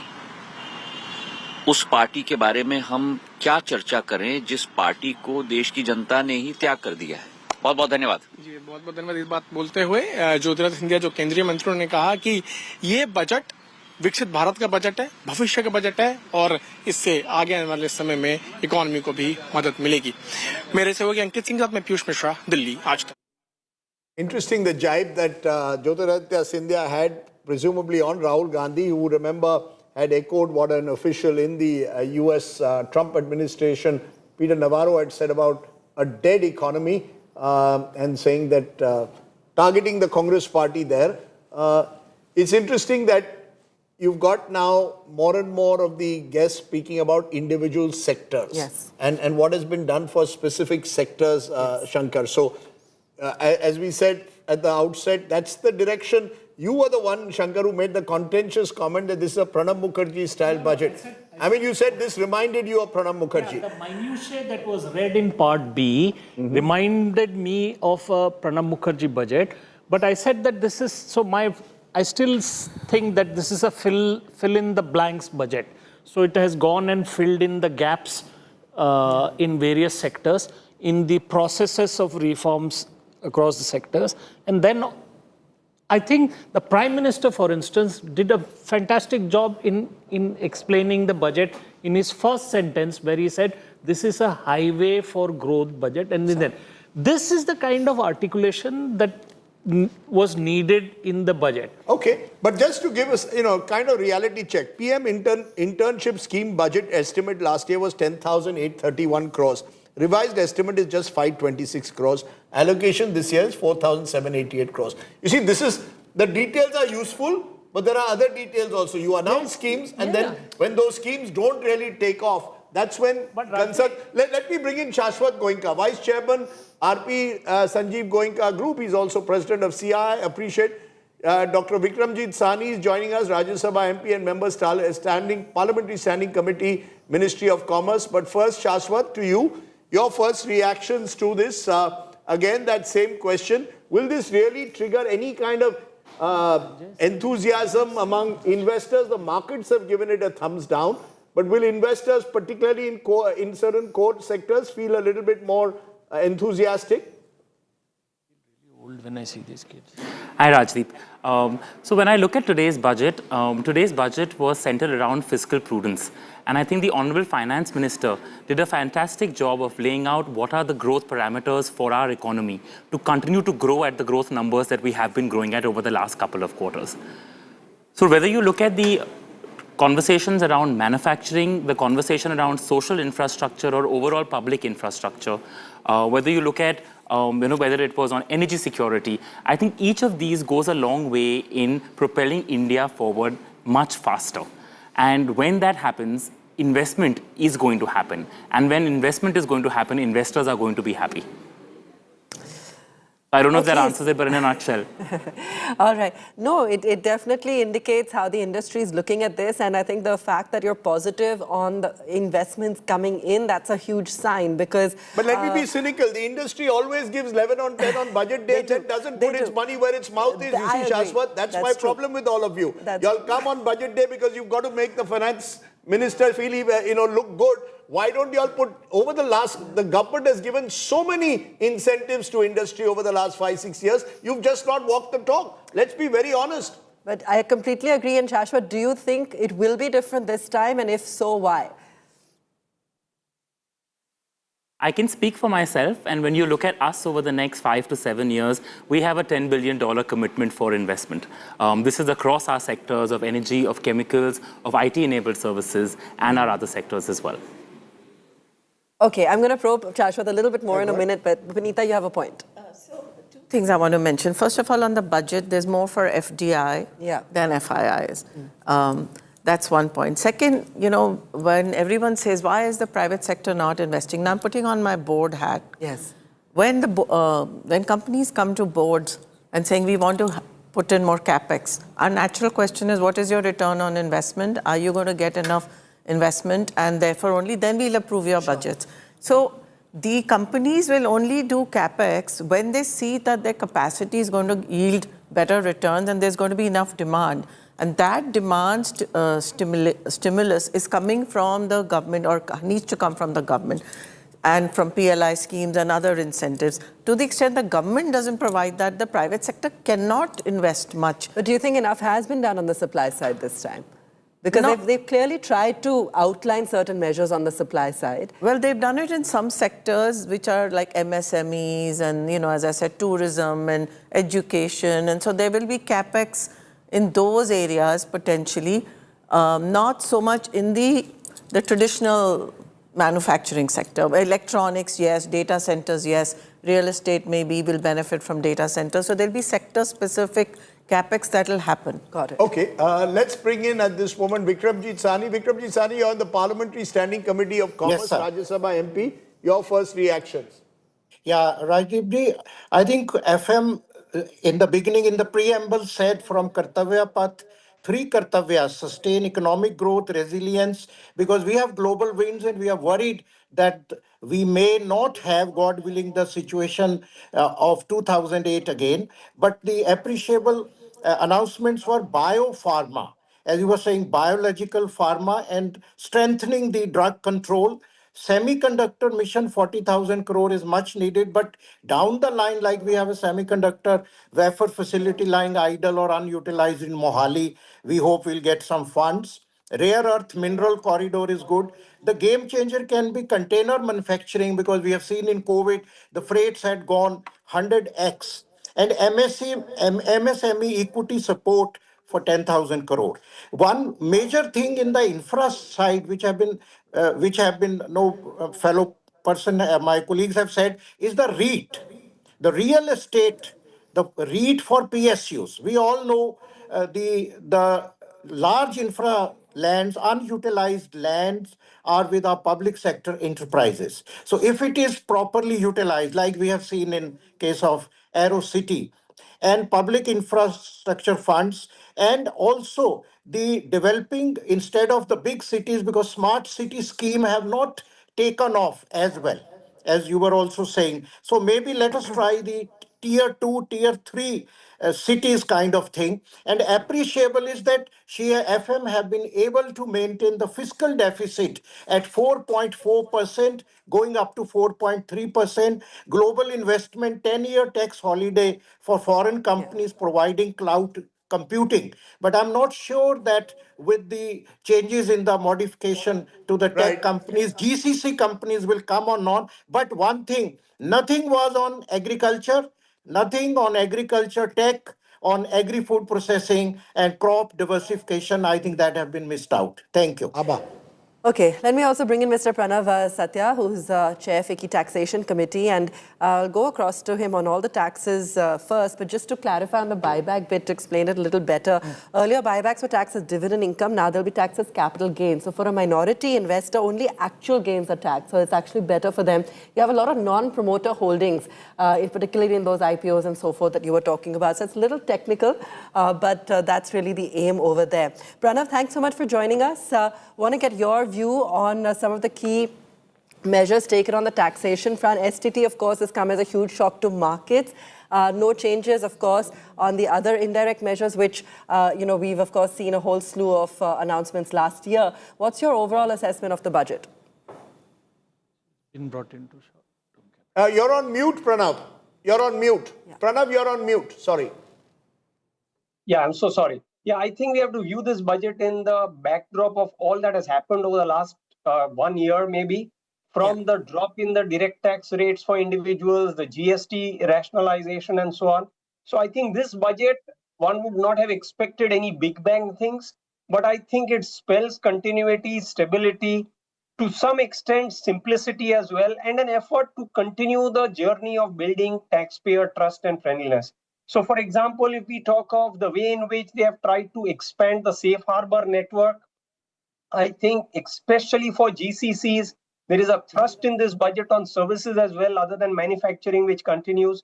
And therefore, we find that there's a lot of certainty, clarity. They are trying to merge IT services in all the GCCs, the contract R&D manufacturers, software development into one.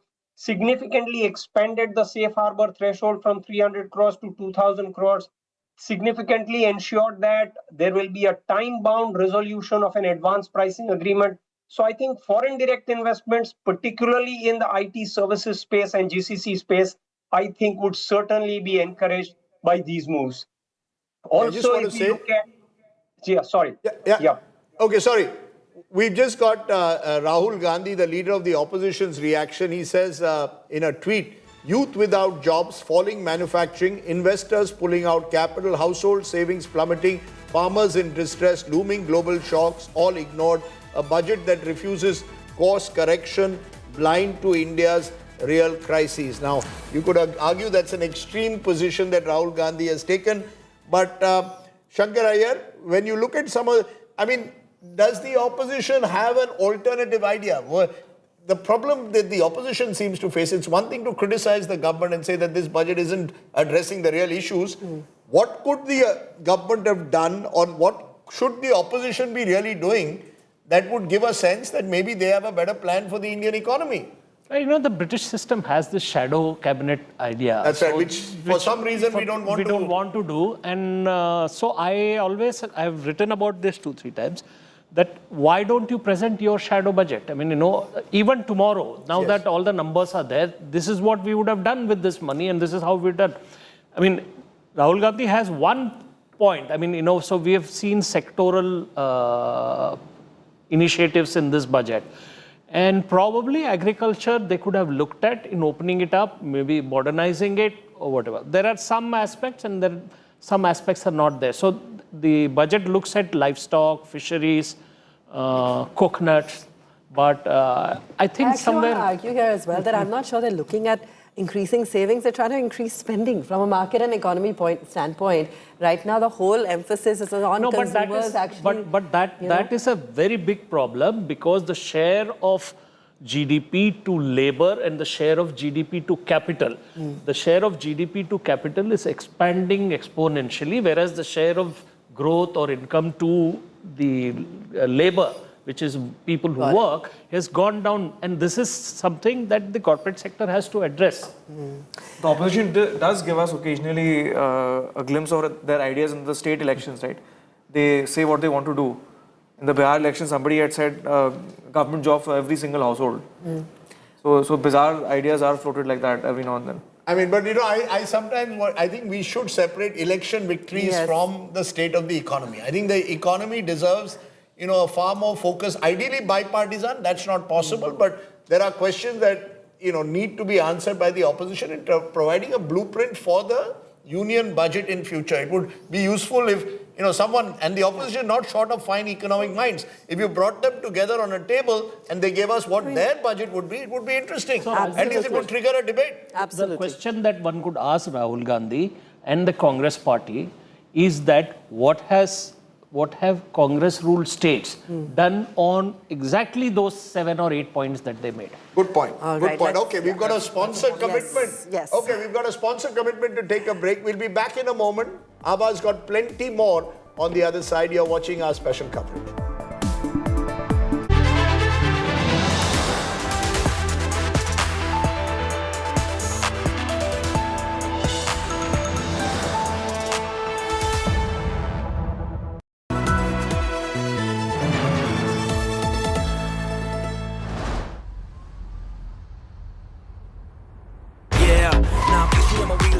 Got you dancing, now we go back and forth steady with the panting.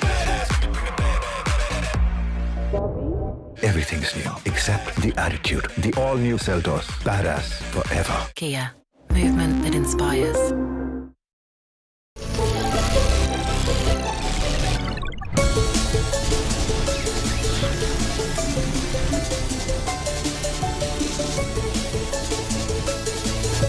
Introducing Motorola's signature.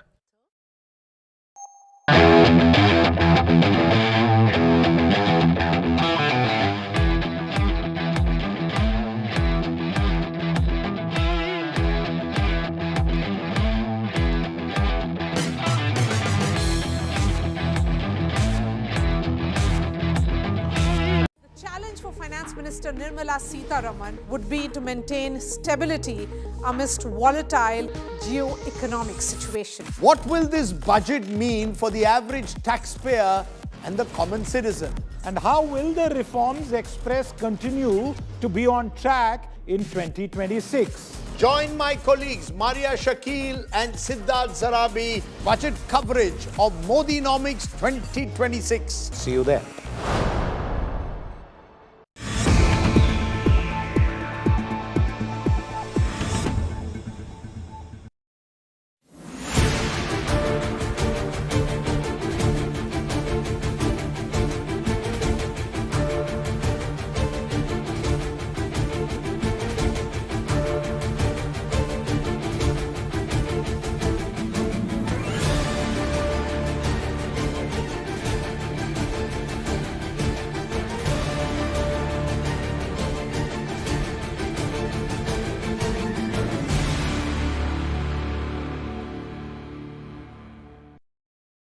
A renewed emphasis on the service sector to provide a pathway to fulfilling aspirations of a youthful India with the following measures.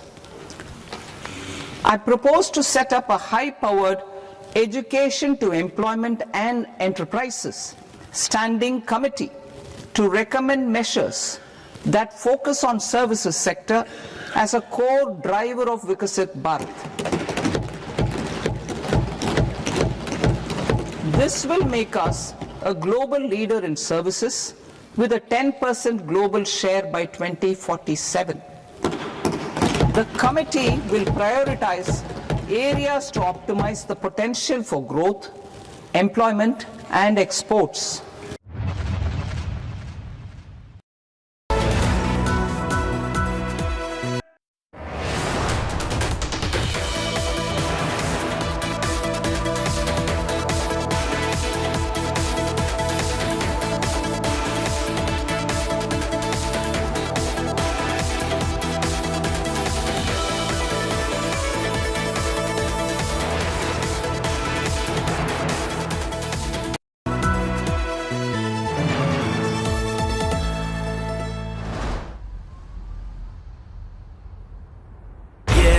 Now I see on my wheels in the fields, got you dancing. Now we go back and forth steady with the prancing.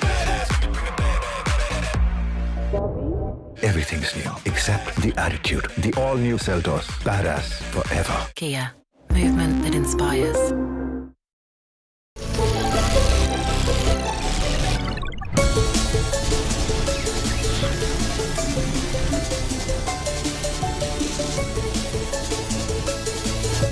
Introducing Motorola's signature.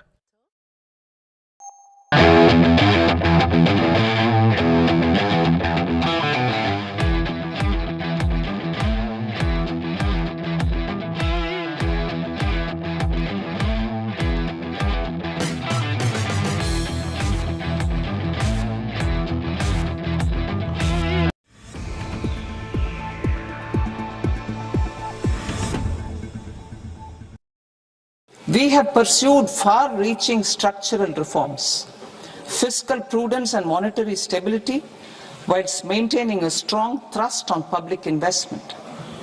Keeping Atmanirbharta as a lodestar, we have built domestic manufacturing capacity, energy security, and reduced critical import dependencies. Simultaneously, we have ensured that citizens benefit from every action of the government, undertaking reforms to support employment generation, agricultural productivity, household purchasing power, and universal services to people. These measures have delivered a high growth rate of around 7% and helped us make substantial strides in poverty reduction and improvement in the lives of our people. Reform Express. Our government has undertaken comprehensive reforms towards creating employment, boosting productivity, and accelerating growth. After the Prime Minister's announcement on Independence Day in 2025, over 350 reforms have been rolled out. This includes GST simplification, notification of labor codes, and rationalization of mandatory quality control orders. High-level committees have been formed, and in parallel, the central government is working with the state governments on deregulation and reducing compliance requirements. The reform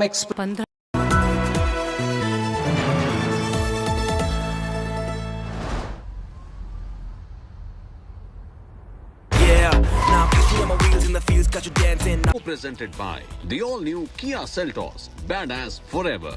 Special partner SBI Life, अपने लिए अपनों के लिए. Exchange partner NSE, enabling a billion dreams.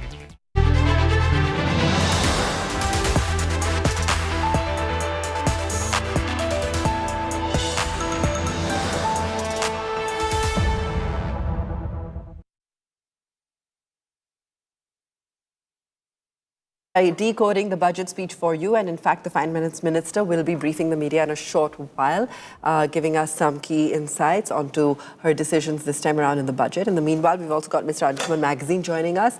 Let's go across to him. Anshuman, thanks so much for being with us. Let me get your take on the budget and also some of those key moves with regards to, of course, data centers and so forth. We're already seeing an implication across the board on that front.